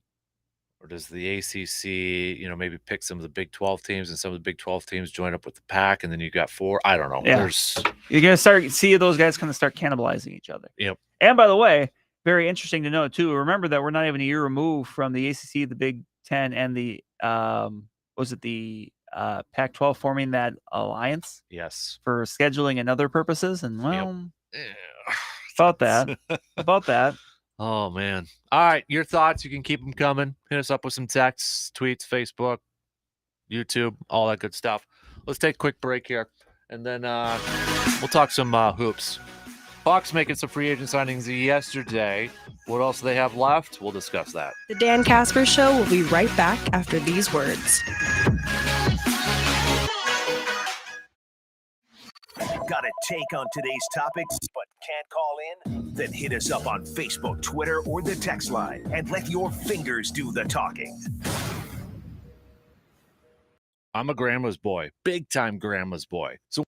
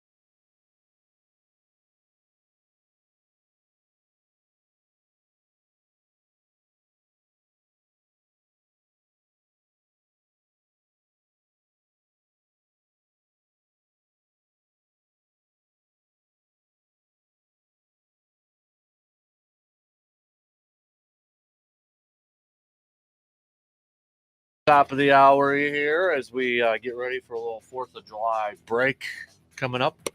Before that, though, got about an hour and 10 minutes left to have a little fun here. So NBA free agency started off yesterday before we get to the drama that it was KD. But the Bucks kind of running it back a little bit, bringing back Bobby Portis, Wesley Matthews, Javon Carter, and then Ingles. Bringing him in over. Joe Ingles. Yeah, Joe Ingles. From Utah. Little 3-point threat over there. So, I mean, I don't think we expected big time moves or anything like that. No, they didn't have the amount of money to make some splashes. Right. Which you're always a little leery about people making splashes in free agency if it's not elite players anyway, because that's how you end up paying Jalen Brunson $104 million. Mm-hmm. Yeah. And don't get me wrong, hey, the Bucks were in that spot for a long period of time where they were paying really good money for just good players. Yes. So maybe there's a couple things that's the so one, they don't have a whole lot of money left. I mean, just now for like a veterans minimum type of player. Now I got to imagine if they bring back Carter, George Hills, they're probably looking to move him. Yeah, because you don't need 3-point guards getting significant time. Right. And Carter kind of was the third option last year, which I know some people were a little frustrated with. Yeah. Because he was a great 3-point shooter. He's known for his defense. Mm-hmm. His 3-point shooting was really good last year, I should say. Like it was one of the better ones there. Maybe a move for Brook Lopez if they can find. I don't know if they will, but I don't know if that's I don't know a thing about anymore. that. I still think they really value his rim protection skills. So, and to be, maybe they're assuming, hey, maybe now we can get a full year of him with some load management in there. Yeah. So I think George Hill's probably on his way out at some way. That would be my guess. But the other thing to me now is like, does this mean they're content with that 2-guard spot with Grayson Allen, Wesley Matthews? You can throw a little Pat Connaughton in there, I guess. I think they are, because I think first round pick. They're gonna let him kind of. Marjan's gonna. Yeah, he might. I mean, maybe even as a G League thing, but I don't expect him to play significant minutes. A chance for him to kind of develop. Right. But no, I think they are. And is that okay? I think so. Because I mean, you can only spread your money so much, and I think all of those guys at different times showed enough. If they're the weak link in this, and I use that in air quotes because they're all good players, but if they're the quote unquote weak link in a starting lineup, I think I'm okay with that. And the thing to remember too, and I don't like doing this because I don't like playing the what if game, but where's his Bucks team if Chris Middleton doesn't get hurt? Right. Last year. Right. Very possible they beat the Celtics. I agree. So I think maybe they look at it that way of, okay, well, we can run it back this way and make some subtle changes. The biggest change is going to be Joe Ingles. Yep. Adding him. You mentioned the 3-point shooting. I mean, last year it was a down year for him, but he's close to a 40% 3-point shooter, has some size, I think 6'8". So, that's a guy that you can move in a couple different spots, but a veteran shooter off the bench. Now suddenly, your 3 main guys off the bench, Bobby Portis, Joe Ingles, and one, whoever's not that starting Pat guy. Connaughton. Yeah, between probably. Connaughton, Grayson Allen, and Wesley Matthews, whoever that starter isn't. Right. It's those two. So suddenly that's your 9-man rotation. Yeah. And you could, it wouldn't surprise me at all, like to use that veterans minimum on like a big guy. Yeah. Whoever it is. There was some talk of a couple different guys maybe, but that maybe already signed that got more than that. That's going to be something because right now all those guys are looking for a good payday. But you get to into later July into August, and suddenly those paydays aren't there because a lot of teams have spent their money. Then suddenly being the backup, center for a Bucks team that's going to come into next year with championship aspirations is a pretty decent spot to be. And I mean, that might not be a move that's made in the next week or so. I think so. I think that's the next kind of domino there. But you're right. I don't think it happens for a while. No. So, but yeah, I mean, I wanted Bobby Portis back. They wanted more shooting. They got that with Ingles. Wesley Matthews is defensive, more Yeah, known for D and 3 defense. kind of guard. Yep. But he definitely a guy that has his moments. Carter, I was good with being. I think now he's going to get an increase in minutes as the backup point guard, assuming George Hill's gone, which I think we would agree is probably going to be the case, even though that's like Mike Budenholzer's guy. But I think it's like, okay, Carter doesn't come back unless he's probably been reassured, like, you're going to be, the next guy off the bench or something. So, but no, I'm good with it now. I know there's some people like, well, do you trade Chris Middleton and so for one KD for Kevin Durant? He is a Packers fan. If you want to put KD's a Packers fan, but I don't see the ammunition. No, it's not happening. And look at it this way for the Nets. I mean, I don't think the Nets are like. I think they're probably looking at this as a more of a move to maximize assets on a rebuild. Now, if they landed, and plus remember, Chris Middleton has a player option after next year, right? So you're trading for a guy that may only be there 1 year as a centerpiece level piece. I don't see the Nets doing that, right?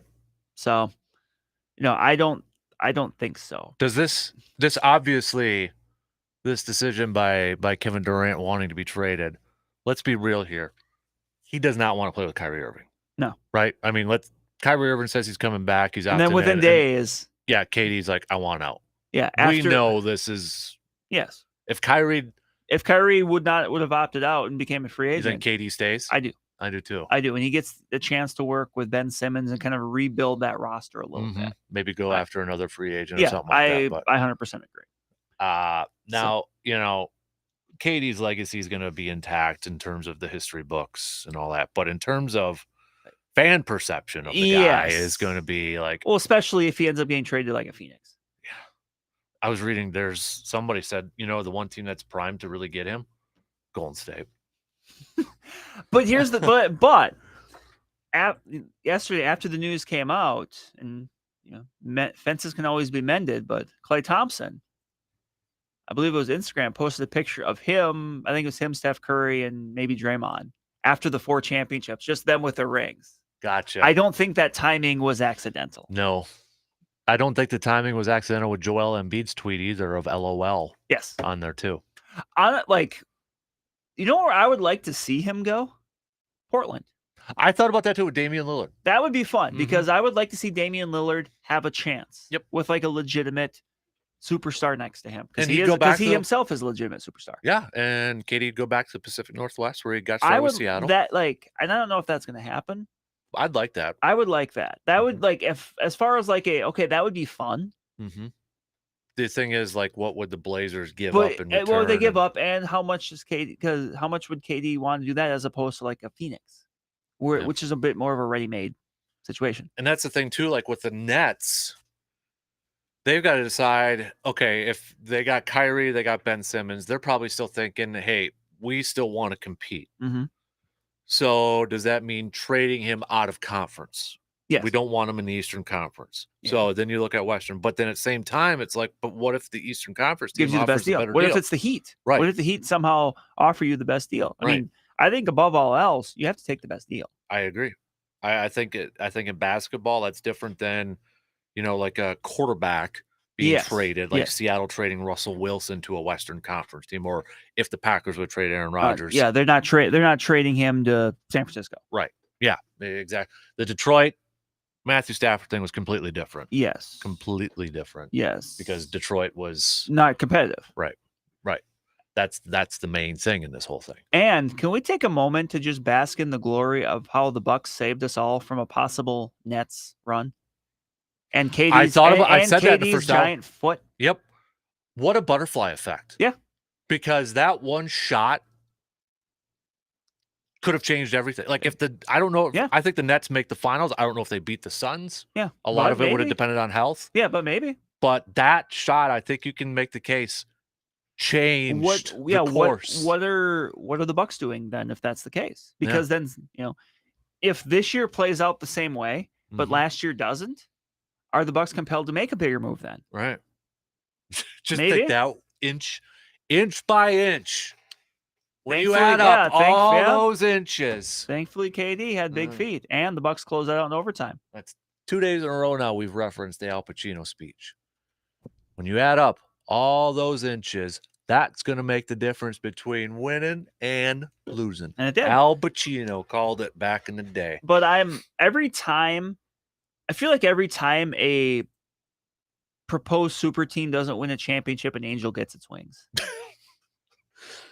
that why you did the whole Napoleon Dynamite bird sort of thing?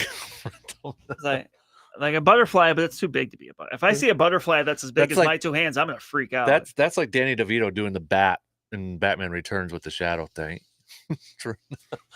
But yeah, every time we see one of the, we're going to build the next super team and it doesn't work, I just smile. Yeah.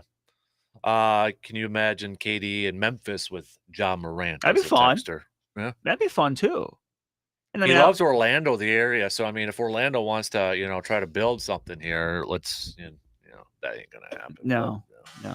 Maybe if he was a free agent. But. Yeah, and he had a little bit more control of like, hey, can we get someone else here to join me? Right.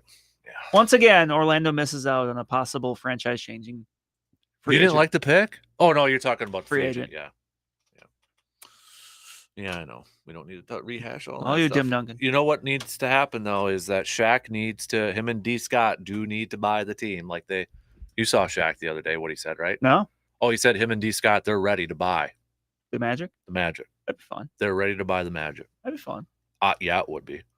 I think he wouldn't be as involved as Jordan is as an owner. No. I think Shaq would know enough to all right, I'm just going to bring in basketball people. Yes.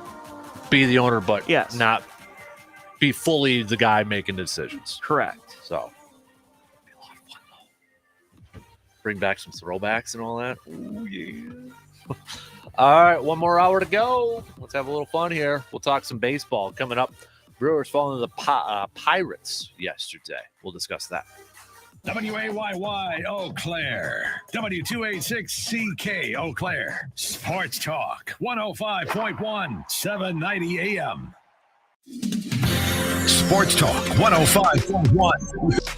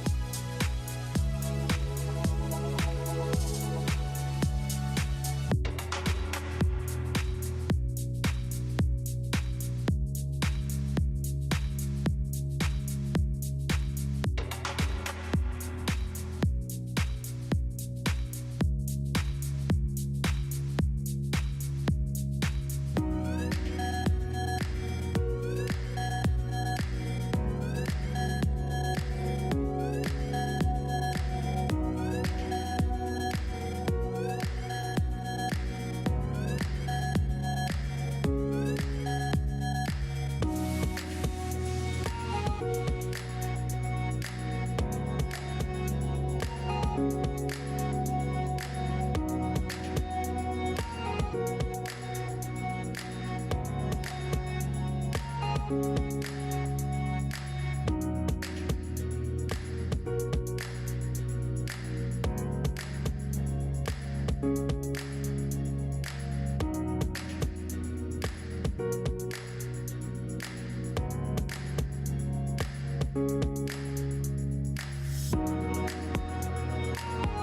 got anything cool, exciting, fun, planned, anything like that? Anybody taking some days off as well? Come on, tell us what you're doing. What do you got planned? You're gonna do a little golfing. Sounds I like might do this some. weekend. I might do some golfing. You know, we kind of threw out there today, so we're gonna do like the transition 3 is gonna be. So I tried doing a vote thing with the ultimate backyard barbecue did? thing. I'll be honest with you, didn't get a lot of feedback. Got Oh, some, but we didn't get a okay. lot. So we're gonna Okay. change it up here a little bit. You and I are just gonna pick it. But we're gonna pick 3. Okay. The meat, 2 sides. Okay. So you think about that, and then we'll get to it coming up here. So, yeah, we got some, but not a whole lot of debate. Not a whole lot of debate. So I'm like, you know what? Okay. I'm gonna scrap it. So you're gonna get what we give you, and you're gonna like it. Exactly. So I'm gonna scrap it, and then you know, I'm not gonna force it on anybody. No. And we'll do that up coming up in about 10-15. Yes. Addition. Could we have a meat, 2 sides, and 1 drink? Yes. Okay. Yes. Add a drink to the mix. Yep. Definitely. So I'll allow it. Thank you, Ms. Lane. Brewers losing last night to the Pirates. I guess that's what happens when you let a sub 200 catcher hit 3 home runs against you, and yet they still tried to do it in the final inning. They're putting up 3, so they were close, but snapped an 8-game winning streak against the Pirates. We knew it was going to happen at some point. They're going to at some point, but you know, the Adrian Hauser one now, depending on what that injury is like, Brandon, you know, we're a month and a day away from the trade deadline. Freddie Peralta is still going to be out if Adrian Hauser's got a major injury. Does it kind of look like maybe the Brewers have to target another starter to add? I could, if that's the case, I could see them trying to add a low cost veteran, just someone to eat innings at the back end. And first of all, as like the old Gio Gonzalez, or Jordan Lyles, yeah. But first of all, as the old saying goes, if Michael Perez hits 3 home runs against you, it just wasn't meant to be that day. Yeah. But I think he's still sub 200 hitter too. But yeah, I mean, possibly. Mm-hmm. I could see. I mean, and we will know more obviously about Hauser in the coming days. But it's never, whenever you hear like forearm or elbow tightness, it's never good. Mm-hmm. So hope you just hope it's not as bad as your mind jumps to in spots like that. Because that's gonna be if it is the worst where it's that Tommy. That's 2 surgeries of Tommy John now. That's tough. Yeah. Yeah, that's tough. And especially having it happen in the middle of a year. Yeah. Like. And, I don't know. This would have been a good question for Dr. Crow, and I don't know why I just thought of this too. But, I mean, Adrian Hauser had been struggling the last few weeks. He's off to yeah. Is there a connection to that with that elbow? I don't know. Maybe, yeah. I don't know either. For me, and I was ready to talk about this morning. Now I feel a bit like a jerk doing it because he's hurt. But to me, Adrian Hauser has the more you see out of him, the more I think it's going to show that. I don't think he's ever going to be anything more than what he is right now, which is a back of the rotation guy for the simple fact he can't get lefties out.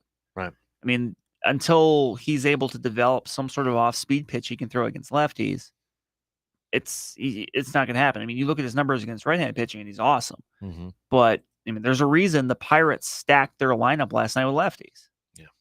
Because hitters when they, I looked at this before his last start.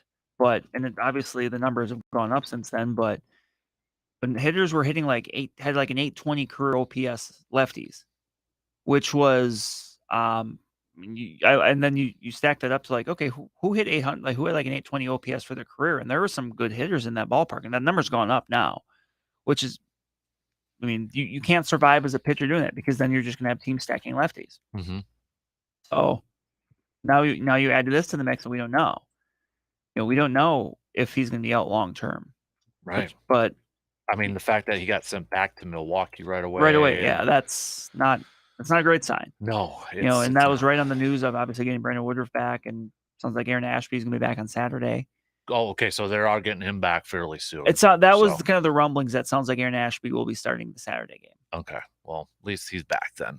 Yeah. Did he get a rehab start at all, or? No, but I don't think he was out very long, that they didn't feel like it was necessary. Okay. I didn't know if that was okay. So a little bit different than Plus, Woodruff. maybe it's also a little bit of a need. Yeah. If they were at full strength, maybe they could say, go make a rehab start in, Appleton. Right. But not that far. Maybe throw a couple innings or something like that. Yep. Okay, so we got 3 more games coming up against the Pirates. Corbin Burns is on the mound tonight. You got to feel pretty good about that. And Ashby on Saturday. But one Christian Yelich heading into that game yesterday was batting .321 at the leadoff. He's now on a 9-game hitting streak, I believe. He had a couple more hits yesterday. That dude's thriving in that role, isn't he? Yeah. I mean, what can you say? I mean, we've kind of hit it off and on here, but I mean, the version of Christian Yelich that we have in 2022 is a good fit for that spot because the power isn't there. I mean, he had a triple last night, but I mean, he had 5 home runs in the first month. He's had like 1 since, Right. 1 or 2, something like that. So I mean, he's just. I think we have to understand he's not the Christian Yelich of 2018 and 2019 is probably not coming back. Nope. This is the next chapter. Yes, but he has been productive in that spot. I think I've said this on here before, but I think this version of him is a better fit for that spot because he's patient. He does work at bats. He's got speed. I mean, he's leading and the team I in like steals. the idea of them turning him loose more as like a base stealer. Because I can understand he's hitting in the middle of the order. Like last year, he had the back injuries. Okay, you don't really want to do that, but now there's no reason not to. He's getting on base at a good clip. He's stealing bases. He legged out that triple last night too. And that was a hard, and so I think, and even going back to the start of the year, we talked about, well, what do we want to see to Christian Yelich? I just want to see him be productive. Like if it's not 30 home run Christian Yelich, okay, that's a bit of a bummer because obviously when someone plays at that high of a level, you'd love to see them do it again. Right. But if he's able to be a productive guy at the top of the lineup, that's important too, especially because this team really didn't have that. Cole Wong batted leadoff, and that was okay, but I always thought like you could do better there. Right. And right now, Christian Yelich is doing well there. He is. I mean, it may be a little atypical, but I mean, yeah, but hey, that's fine. Remember, I mean, the Brewers have had many atypical leadoff hitters over the years. Remember, Corey Hart hit leadoff for a while. Ricky Weeks, on base. I mean. And it's all you think. Well, if that's one of your best hitters batting a leadoff. Well, I mean, isn't Kyle Schwarber batting leadoff? Yeah, like you. No, and like you said, I'd like to quote this Kevin Green thing from his Hall of Fame speech: "To affect games, put in position to affect games," and that's what Christian Yelich is doing right now. And honestly, does it matter after the first time? No, it really doesn't. No, it doesn't. So I mean, and I like the fact too. All right, let's get off to a hot start right away. Well, let's put some pressure on right immediately away. Right away. Yeah, and look, it's going to help him even more once Willie Adames kind of gets going a little bit. Rowdy Tellez he's been fine. He's been solid. Like obviously the big game on Sunday, but he's been solid. It's just a matter of getting those other kind of ancillary players going, which this next month is very, very big for guys like Tyrone Taylor and Luis Urias. Luis Urias has started to pick it up a little bit. Tyrone Taylor's has moments, but because if we're a month from now or less than a month from now and the Brewers are in first place, but knowing like we need better production out of center field and maybe third base, they may be compelled to make a move. Right. But if those guys kill it this next month, they may say, you know what, we're going to go with Tyrone Taylor or, Luis Urias kind of gets back on track from what he was doing last year. They may say, you know what, we're good there. And that's the thing too, is like, I think a lot of times we tend to forget if you're going to make a trade, the team that you're going to be trading to is probably a non-contender. So they're not going to want a Colton Wong. Yeah. They're not going to want, they want somebody that they can build around. There's someone that's going to give them value going forward. So I kind of threw this question out earlier this week, Brandon. If it would cost an Aaron Ashby, now it changes a little bit depending on Adrian Hauser, but I think I asked this on Monday. If it cost an Aaron Ashby to get an impact player that'll help you this year, maybe even next year, knowing that you've got this cheap pitching. And that's it, that you're in the window. I think it's through 2024 really is the starters. Josh Hader can be is a free agent after next year. So this year, next year for like the full window, but still in a pretty good spot, 2024. And then it's all going down. Like, I mean, there's a lot of tough decisions, so that's That's why a guy like a Brian Reynolds, from Pittsburgh, like if that, because remember the Brewers were in on him last year. Mhm. So this isn't me just kind of thin air. They were very interested in him at the deadline last year. Obviously, ultimately didn't make that deal, but is a deal for him then suddenly, is it, are you a little bit more fine parting with a Garrett Mitchell or a Sal Frelick or a Joey Weimer? All outfield prospects that are not, that are still in the minors. Are you fine giving up some of the, because you're going to have your center fielder for the next 3 or 4 years, and you still got other guys down the minors. Guy by the name of Jackson. I was going to call him Trisno, but it's Trisno. But is really blowing up as far as like moving way up a lot of people's prospect lists.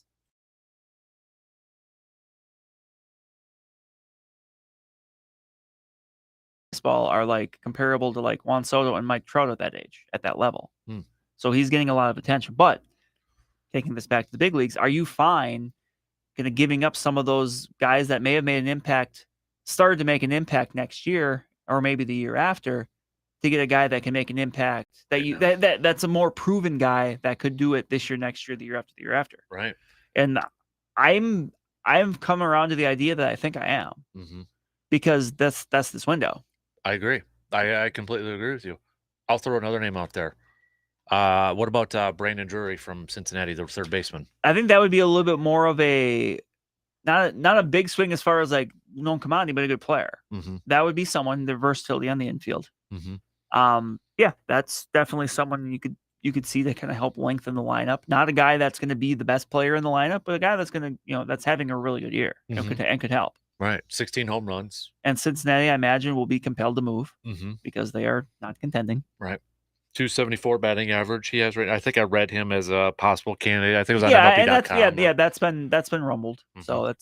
So I mean, I mean, again, I think a lot's going to depend on the Adrian Hauser one too. Maybe they add a starting could be. I mean, in there. Maybe they add like a veteran. I mean, the guy I think of off the bat is a guy like a Jose Quintana. Yeah. Who is pitching in Pittsburgh, doing well. And we're going to see him this weekend. Yeah, of course. It's like Joe Maddon's in Pittsburgh. Right. But a guy like that can be your fifth starter and is a veteran, can give you, decent innings, give you a shot to win. Right. Would you say for the team across the border, Minnesota, they've got to get some bullpen help big time? I'm sure Luke has been screaming from the rooftops about that. Yeah. Because, I mean, they're both, I mean, that Cleveland series was... Yeah. That was a kick below the belt, just with the games you were winning and couldn't quite close out. So Brewers fans, don't take Josh Hader and Devin Williams, for granted. No, and that's because it can be. Yeah, I mean that's the thing though too. Like if you're the Brewers, if you got Corbin Burns who could give you 7, and then you hand the ball off to Devin Williams and Josh Hader, you have a lead. You're probably going to win that game. Yeah. Brandon Woodruff, same thing. Same thing. Like you got to be feeling pretty good with those. With Woodruff and Burns, you almost feel like, okay, we're going to win 2 games every 5 days or so at least. Yeah, I think there was a term for them like what's it called, like stopper. Yep. Just like, hey, we may have had a bad few days here, but this is our stopper. This is the guy that we know is going to go out there and give us a legitimate chance to win. Right. And like I think Woodruff surpassed expectations. Like I thought, okay, he's going to come in. It would give a jolt to the clubhouse just seeing him back. But to go out there, he didn't look like he was rusty at all. No walks, 10 strikeouts. A lot of explosion on the fastball, which is big for him because he relies so much on it. Right. And that's, good sign being able to, bury that 2-seamer down and in on right-handed batters. Like very encouraging to see that. To go the opposite way, Eric Lauer. I mean, started off just hot this year. He's come down a little bit. Yep. Trouble giving up the home run ball. And that's it. I mean, because you look at his numbers on the year, even with the hot start, like his strikeouts are up, his walks are down, his velocity's up. Biggest issue for him is keeping the ball in the ballpark. I mean, is that something of a concern as we get more into the season? Is that something that's on scouting reports? Maybe. I mean, maybe the more to me, it's a concern if it keeps happening. Like sometimes that can be fluctuating year to year. Like Corbin Burns giving up a lot more home runs this year than he did last year, but he's still pitching well.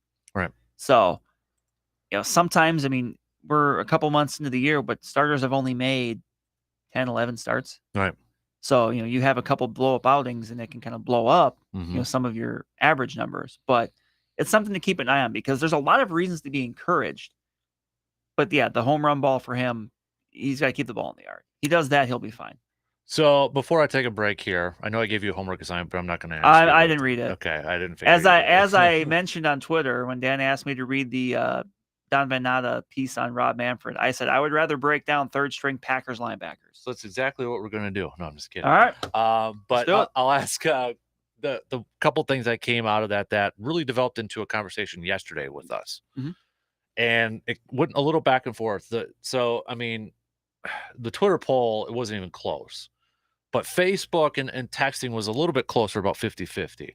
Now, I know you are a diehard baseball person, so this might, you might sway the one way. But we asked the question about, as a baseball fan, do you like knowing or do you pay attention to the advanced analytics statistic numbers, exit velocity, launch angle, that sort of thing? We were kind of getting into that, like, I kind of like half said I wouldn't be surprised in 10 years when you go to a game and on the scoreboard, where they got the statistics, batting average, hits and all that they would say, here's his exit velocity, and here's his launch angle sort of thing on the scoreboard. Maybe they do now. I don't even know. I think you can do see they? it. Okay. It's been a couple years since I've been to a Brewer game, but I mean, I don't want to speak for you, but you're one of those that pays attention to those numbers, aren't you? I do.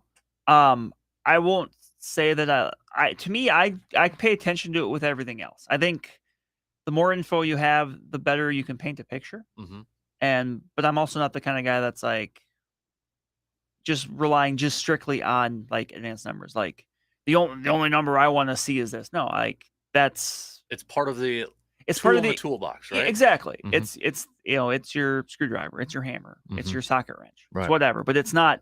You're not building a house just with a socket wrench, right? Not gonna get very far. 78.7% of people on the Twitter poll said no. Okay. Facebook, it was more 50-50. Okay. On there, and honestly, it's like maybe a little bit depends on just, I think, your fandom. Like, are you a diehard where you pay attention to a lot of stuff? The one comparison I have is like Pro Football Focus for football. Yeah. Some people will relate to that or look at that. Oh yeah, they'll cite it verbatim because I mean this is something I hear often when it comes to like Kirk Cousins and the Vikings because Kirk Cousins had some really good years according to Pro Football Focus. Yep. I loved Colton Bartholomew actually chimed in on a Badger writer for Wisconsin State Journal. I think he was joking. He's like, pay attention to it if it helps my argument, but if it doesn't, it's just for nerds. So yeah, But that's also like Pro Football Focus, I think, for a lot of people too when it comes to football. And that was that way for a while, but then once like Chris Collinsworth, and now it's integrated on Sunday Night Football. Like, well, that's what I mentioned yesterday. Yeah, when you see the lineups, you always see like their Pro Football Focus position. Yep, and that's why I kind of mentioned with the scoreboard thing. I'm like, you see in football, but obviously I get it for NBC because Collinsworth is an investor. Yes, so it's attached to that sort of thing. But yeah, but analytics for me, like there's certain things I look at, like I think I really like to know about. But again, I'm not basing my opinion on just like one thing. One thing to come out of that article too is pitch clocks. And they kind of did like a they kind of went in depth of how they did side-by-side comparisons and all that. And I won't get into it too deep because we did yesterday, but generally, are you in favor of pitch clocks? I think so. I'm interested to see how like major leaguers develop, but it is, seeing like in the minors, it shaved off a good amount of time. About like almost a half hour. Yeah. Like it's made a difference. So I will say this, I'm more interested in pitch clocks than I am 32 teams in Major League Baseball. That's 52 more people that are big league players. I mean, I don't know about that. Like just seeing, some of the bad teams in Major League Baseball and saying, okay, now imagine 2 more of those. Yeah. That's something like, and again, you kind of like the college football thing. The reason why is money. Like trying to get into 2 other markets. Where are they going to be? Who knows? But Vegas probably one. Everybody could wants be. to Vegas. And the interesting thing there though is bumping up against minor leagues. Vegas has a minor league team. Nashville is another one. Nashville is a minor league team. Or could Oakland move to Vegas? The A's with the Raiders over there. Maybe if they don't get they going to get that stadium thing done? I mean, they keep talking about it. I don't know, but yeah, I believe there's a minor league team in Las Vegas. So, that's kind of the thing here too, is you're kind of bumping up against Right. You're kind of Well, cannibal. Charlotte was mentioned as one, probably the most famous minor league team in the world, the Durham Bulls. Yeah. Yeah, you have, and that's something you really only have in baseball to consider. Mm-hmm. Interesting. I didn't even think of that part of it too. So, I was kind of reading a little bit about it too. I'm like, because I was like, oh, okay, but then, like, there's Theo Epstein quotes in there where he even said he wasn't in favor. But then the more they kind of looked at it and kind of like case studied it, he was kind of in favor of it. And, of the teams, or no, the pitch clock. Okay, the pitch clock, yeah, okay. pitch clock sort of thing there. So, do you think baseball is too long? Would you like it to speed up? I don't think it is, but I don't know if I'm the best person to ask because I'm just a big baseball guy. Right. Like, yeah, you are diehard baseball. You love baseball. You're not gonna have a whole lot to besides the commissioner, but yes. But I mean, I can understand why people feel that way. Mm-hmm. I mean, I have friends and people I know that have been baseball fans longer than I have, that are much older than I am, that say the game's too long now, and I trust their judgment on that. Mm-hmm. I guess I'm the mindset. I get it. I understand it. But I also had the mindset of it's just more of a casual game. Yeah. Like I can walk around the stadium or walk around at home and that. Whereas, football, you're like, okay, you're paying because it's always going on. The ironic thing when it comes to football too is there is a ton of non-action time in football. And it goes 3 hours or more too. Yeah, which is and it's weird because college football is even longer because of the stopping the clock on first downs. But you don't hear too many people complaining about how college football is too long. Right. But it's those plays that are just everybody holds on to one single play every time. Yeah. We're so drawn to one single play. There's that 80-yard touchdown pass. Okay, great, but the game still took the college football game still took 3 hours and 45 minutes. Right. But it's interesting. Yep. And of course, I got into hockey more this year, and that's just a constant okay. Oh yeah, go. Yeah, sort of NBA. Well, depends on the team I was playing, I guess, at that point. Warriors, they're chucking up everything 10 seconds into the clock already. So, all right, let's take a quick break here. We got about a half hour left until we're done. So we'll do that. We'll do a little transition 3, 4th of July edition. Your mom texted in, by the way, a little bit earlier. I just realized that, so we'll get to that too. So, all right, quick break. We'll be back in just a couple minutes.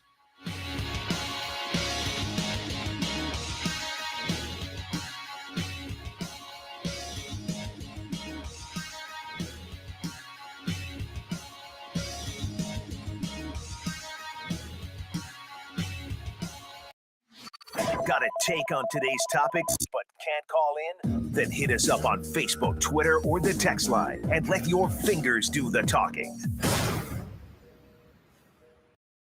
Dear Brewers fans, where do you find the best views and the most electrifying baseball action American Family Field has to offer? The answer is Toyota territory, located in right field. This Grand Slam experience covers all bases and gives fans in the stands an exclusive live look at our home run hitter, the all-new Toyota Tundra. Equipped with striking power and all-star tech, this truck is primed to perform like your Milwaukee Brewers. Add Toyota to your lineup today. Now batting, Toyota.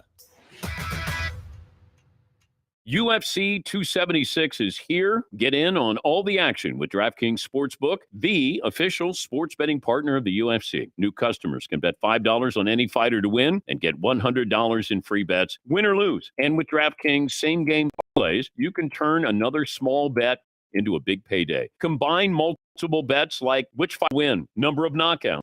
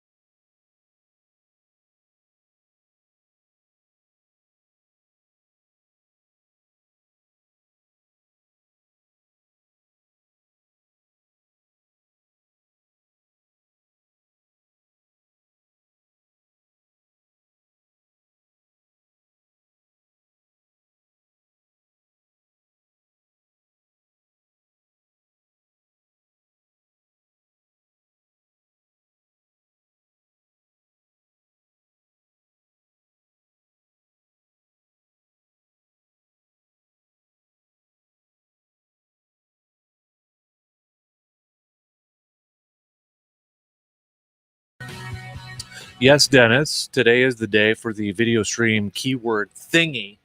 It's been flashing off and on throughout this morning. So if you found out, if you did see that keyword flashing off and on, all you got to do is go to sportstalk1051.com and click on the nation tab, and you'll see the thing there, and you just enter the keyword there, and you get a chance to possibly win some stuff over there. So yes, flashing random here or there makes you watch it. Catching up on a couple of texts. Morning, Brandon's mom here, sitting at long shots on Miller Dam, going golfing in Medford. Which course? T-High or Black River, Brandon's mom? I think they like T-High, which I like T-High too. So, well, obviously I do. Not sure what to think about the Big Ten move, but have a great weekend, all. You have a great weekend as well. Can't wait for 5 o'clock, says Jim, to go pond tuning on Lake Holcomb. Ooh. That sounds fun. I know. I thought I was going to need to license my truck with a heavier license after I got all the beer loaded. So that sounds like a party right there. It's been a little bit since I've been to Holcomb too. I'm going to have to go over there on as in the lake. As in the lake, yes, same city, town. But yeah, been a while since I've been actually on the lake. Mm-hmm. I have to check that out. All right, you ready to do a little transition 3 here? Sure.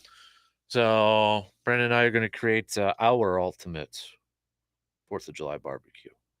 Let's start off with the sides, okay? No, let's start off with the beverage. Let's start off with the beverage. Is it easy for you? A cold Hams? Obviously. Okay. Obviously.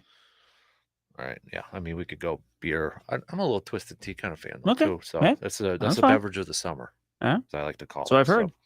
How about the sides now? If we rewind it, this actually was a little bit more of the debate. Okay, because this is a pretty open box. Yes. So we kind of I started off with like the deli pasta salad. So we got into a debate with the pastas, the macaroni, the coleslaws. Those were the top 3. So, but I'm going to keep it open-ended. Yeah, I have one for sure, and I really need to say it now. Okay. And I'm going to say potato salad, but specifically I'm going to say my mom's potato salad. Okay, so it has to be my mom's potato salad. So like if I do potato salad, it's got to be my grandma's. There we go. So why is it got to be your mom's? What's in it? Because it's the best. Do you have onions in yours? I think she does. Okay. I don't like I can't tell you how many times I've seen her like make it or I've eaten it, but I don't know if I could tell you exactly everything that's in it. Okay. I just know that every time that there's some sort of function, she's asked to make it. Okay. Interesting. Okay. So potato salad. So that's one for you. Brandon's mom's potato salad. Brandon's Be specific. mom's potato salad. Okay.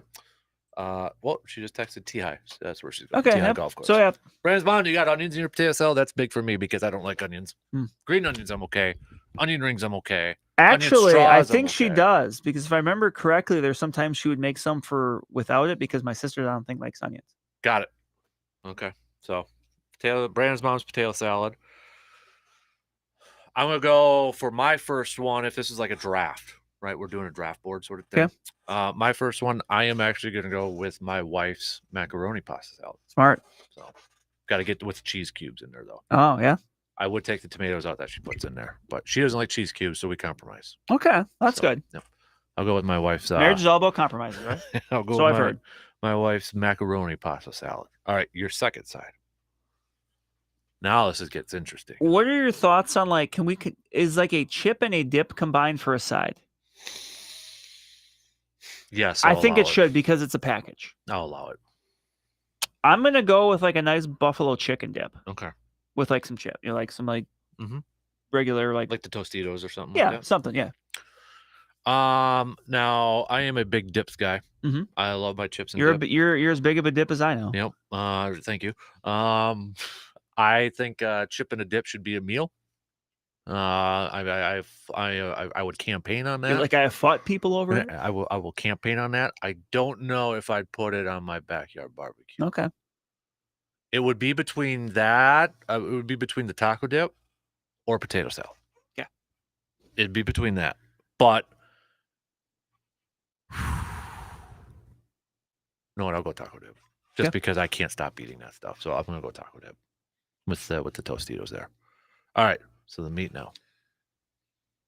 I've got 2 options here. Should play some intense background.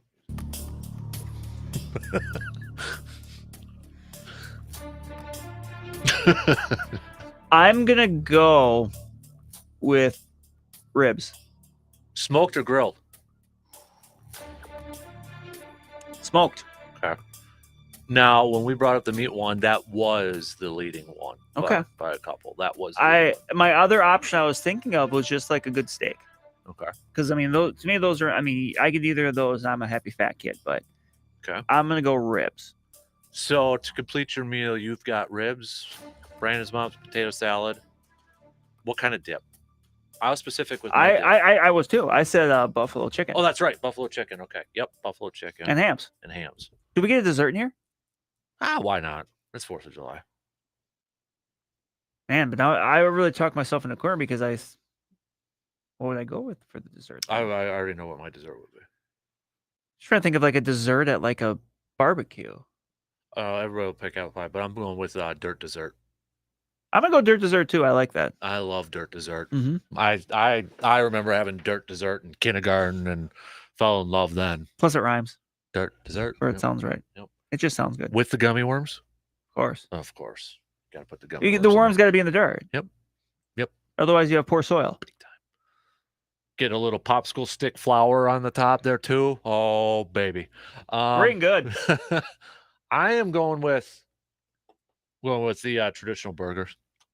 I just love a good burger on a grill. So I'm going burgers, taco dip. I'm assuming when you say burger, that's also including the fixins. Yeah, like okay, that's cheeseburger, like that, whatever. and you can have some lettuce. Yeah, you got like the platter that you get the little tongs, and you pick up the cheese or the lettuce and Okay, all good. that stuff. Good. Yeah. Good. Yeah. Yeah. We have wiggle room here. BYOB, build your own burger. Yob. Right there. Okay. I don't think that's what BYOB means. And it doesn't, but in this case it does. So okay. And I'd eat at either one of ours. Yeah. Do you slather your ribs with barbecue or you a dry rub? Dry rub. Barbecue. Messy. That boy. Mess it up. It is actually National Chicken Wing Day today too. Oh. I saw somebody tweet that, and I'm like, oh, here we go. That we've had that. We've had that before. conversation. That conversation got good conversation. I will say the other day, Surveyor did say ranch is overrated. I like ranch, but I'm not committed to ranch. Like, I'm not gonna have a knife fight with somebody over ranch. Now, okay, the person who tweeted. Oh, okay. I'll rephrase. Today is International Chicken Wing Day. Oh. National Chicken Wing Day is the 29th of July.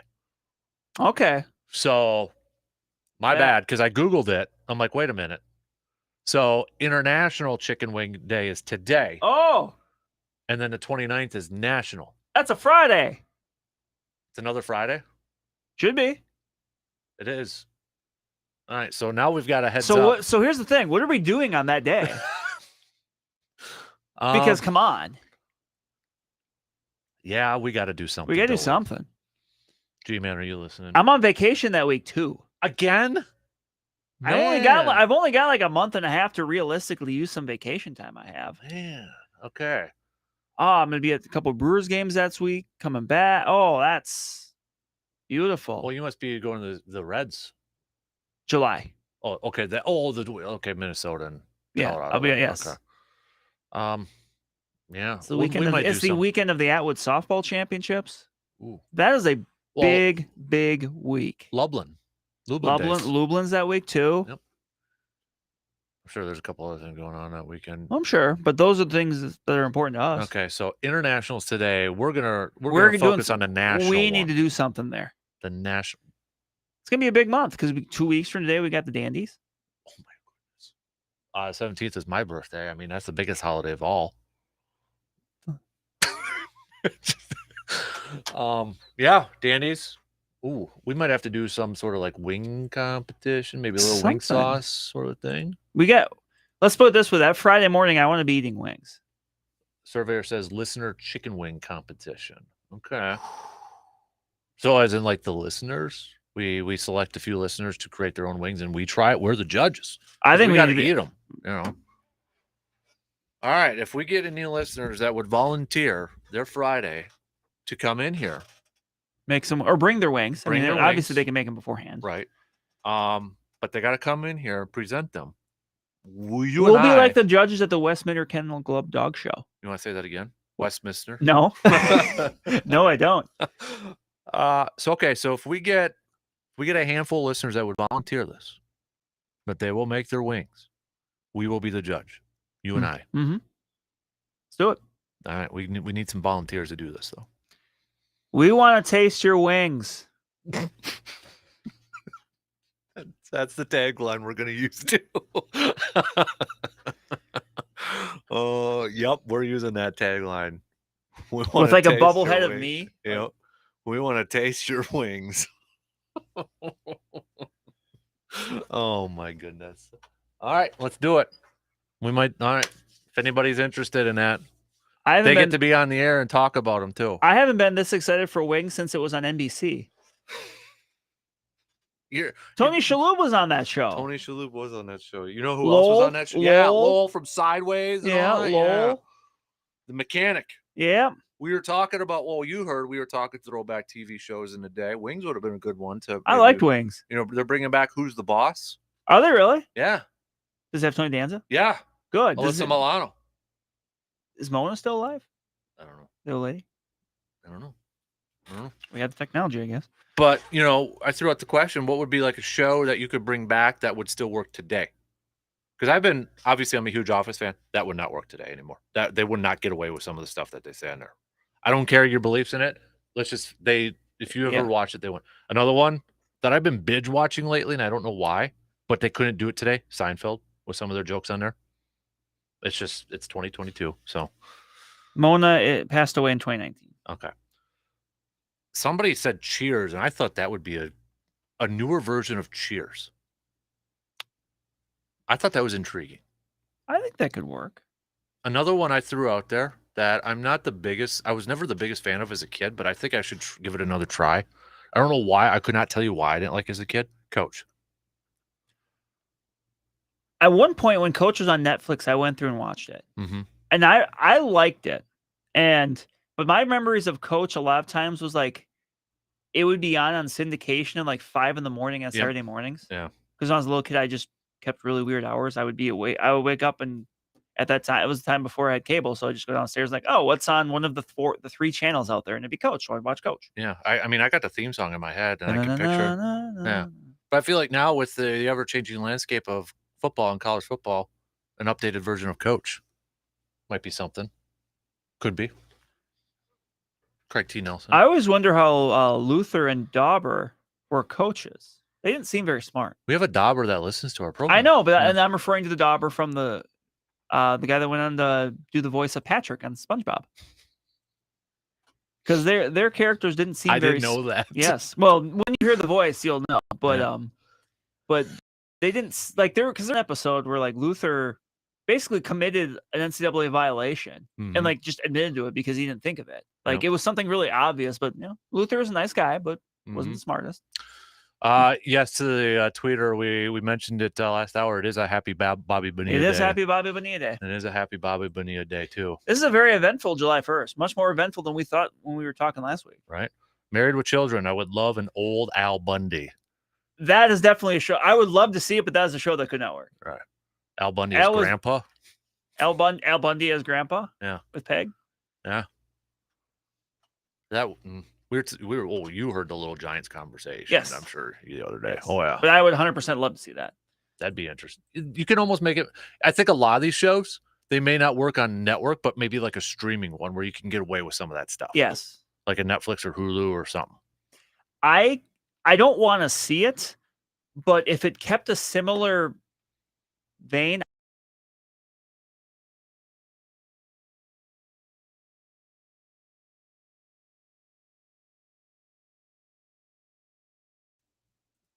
Yeah. Speaking of subtle comedy, a lot of the stuff we watched as a kid, now you watch as adults, like, how the heck? Well, there were even shows that, there were like kids shows. Yeah. That were like. Hell, the Ninja Turtles movie, there's stuff in there. I'm like, how did we get away watching some of this stuff? But, nah. Different time? Different times, baby. All right. That's, But yeah. Wings. End of the month. Anybody Tony Shalhoub will not be there, but I will be. It's old Dan. Yep. So if we get a handful of listeners that will volunteer to make wings and drop them by. Yeah. Do you have like the best? Are you the person that whenever someone throws a party, they say you need to be there and you need to bring your wings? Let's see. Let's see. Let's see what you got. Surveyor, you just made his world all in caps. Yes, Brandon, King of the Hill Rocks. Darn right. My favorite show of all time. Thank you, FXX, for playing it every afternoon. I'll be honest with you.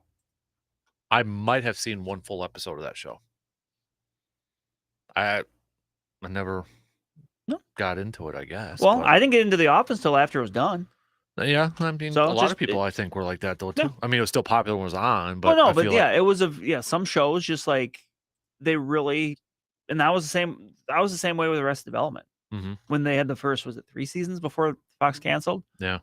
I watched it after the fact. I was like, this is the funniest stuff. Like, isn't people like that with like what is that show that Neil was, what, New Girl or something? could be. I mean, that's I never watched that's that. yeah, either. I didn't either. That's a Neil question. Yeah, I didn't watch that either. So, but I am excited to finish up Stranger Things today. I heard that's out.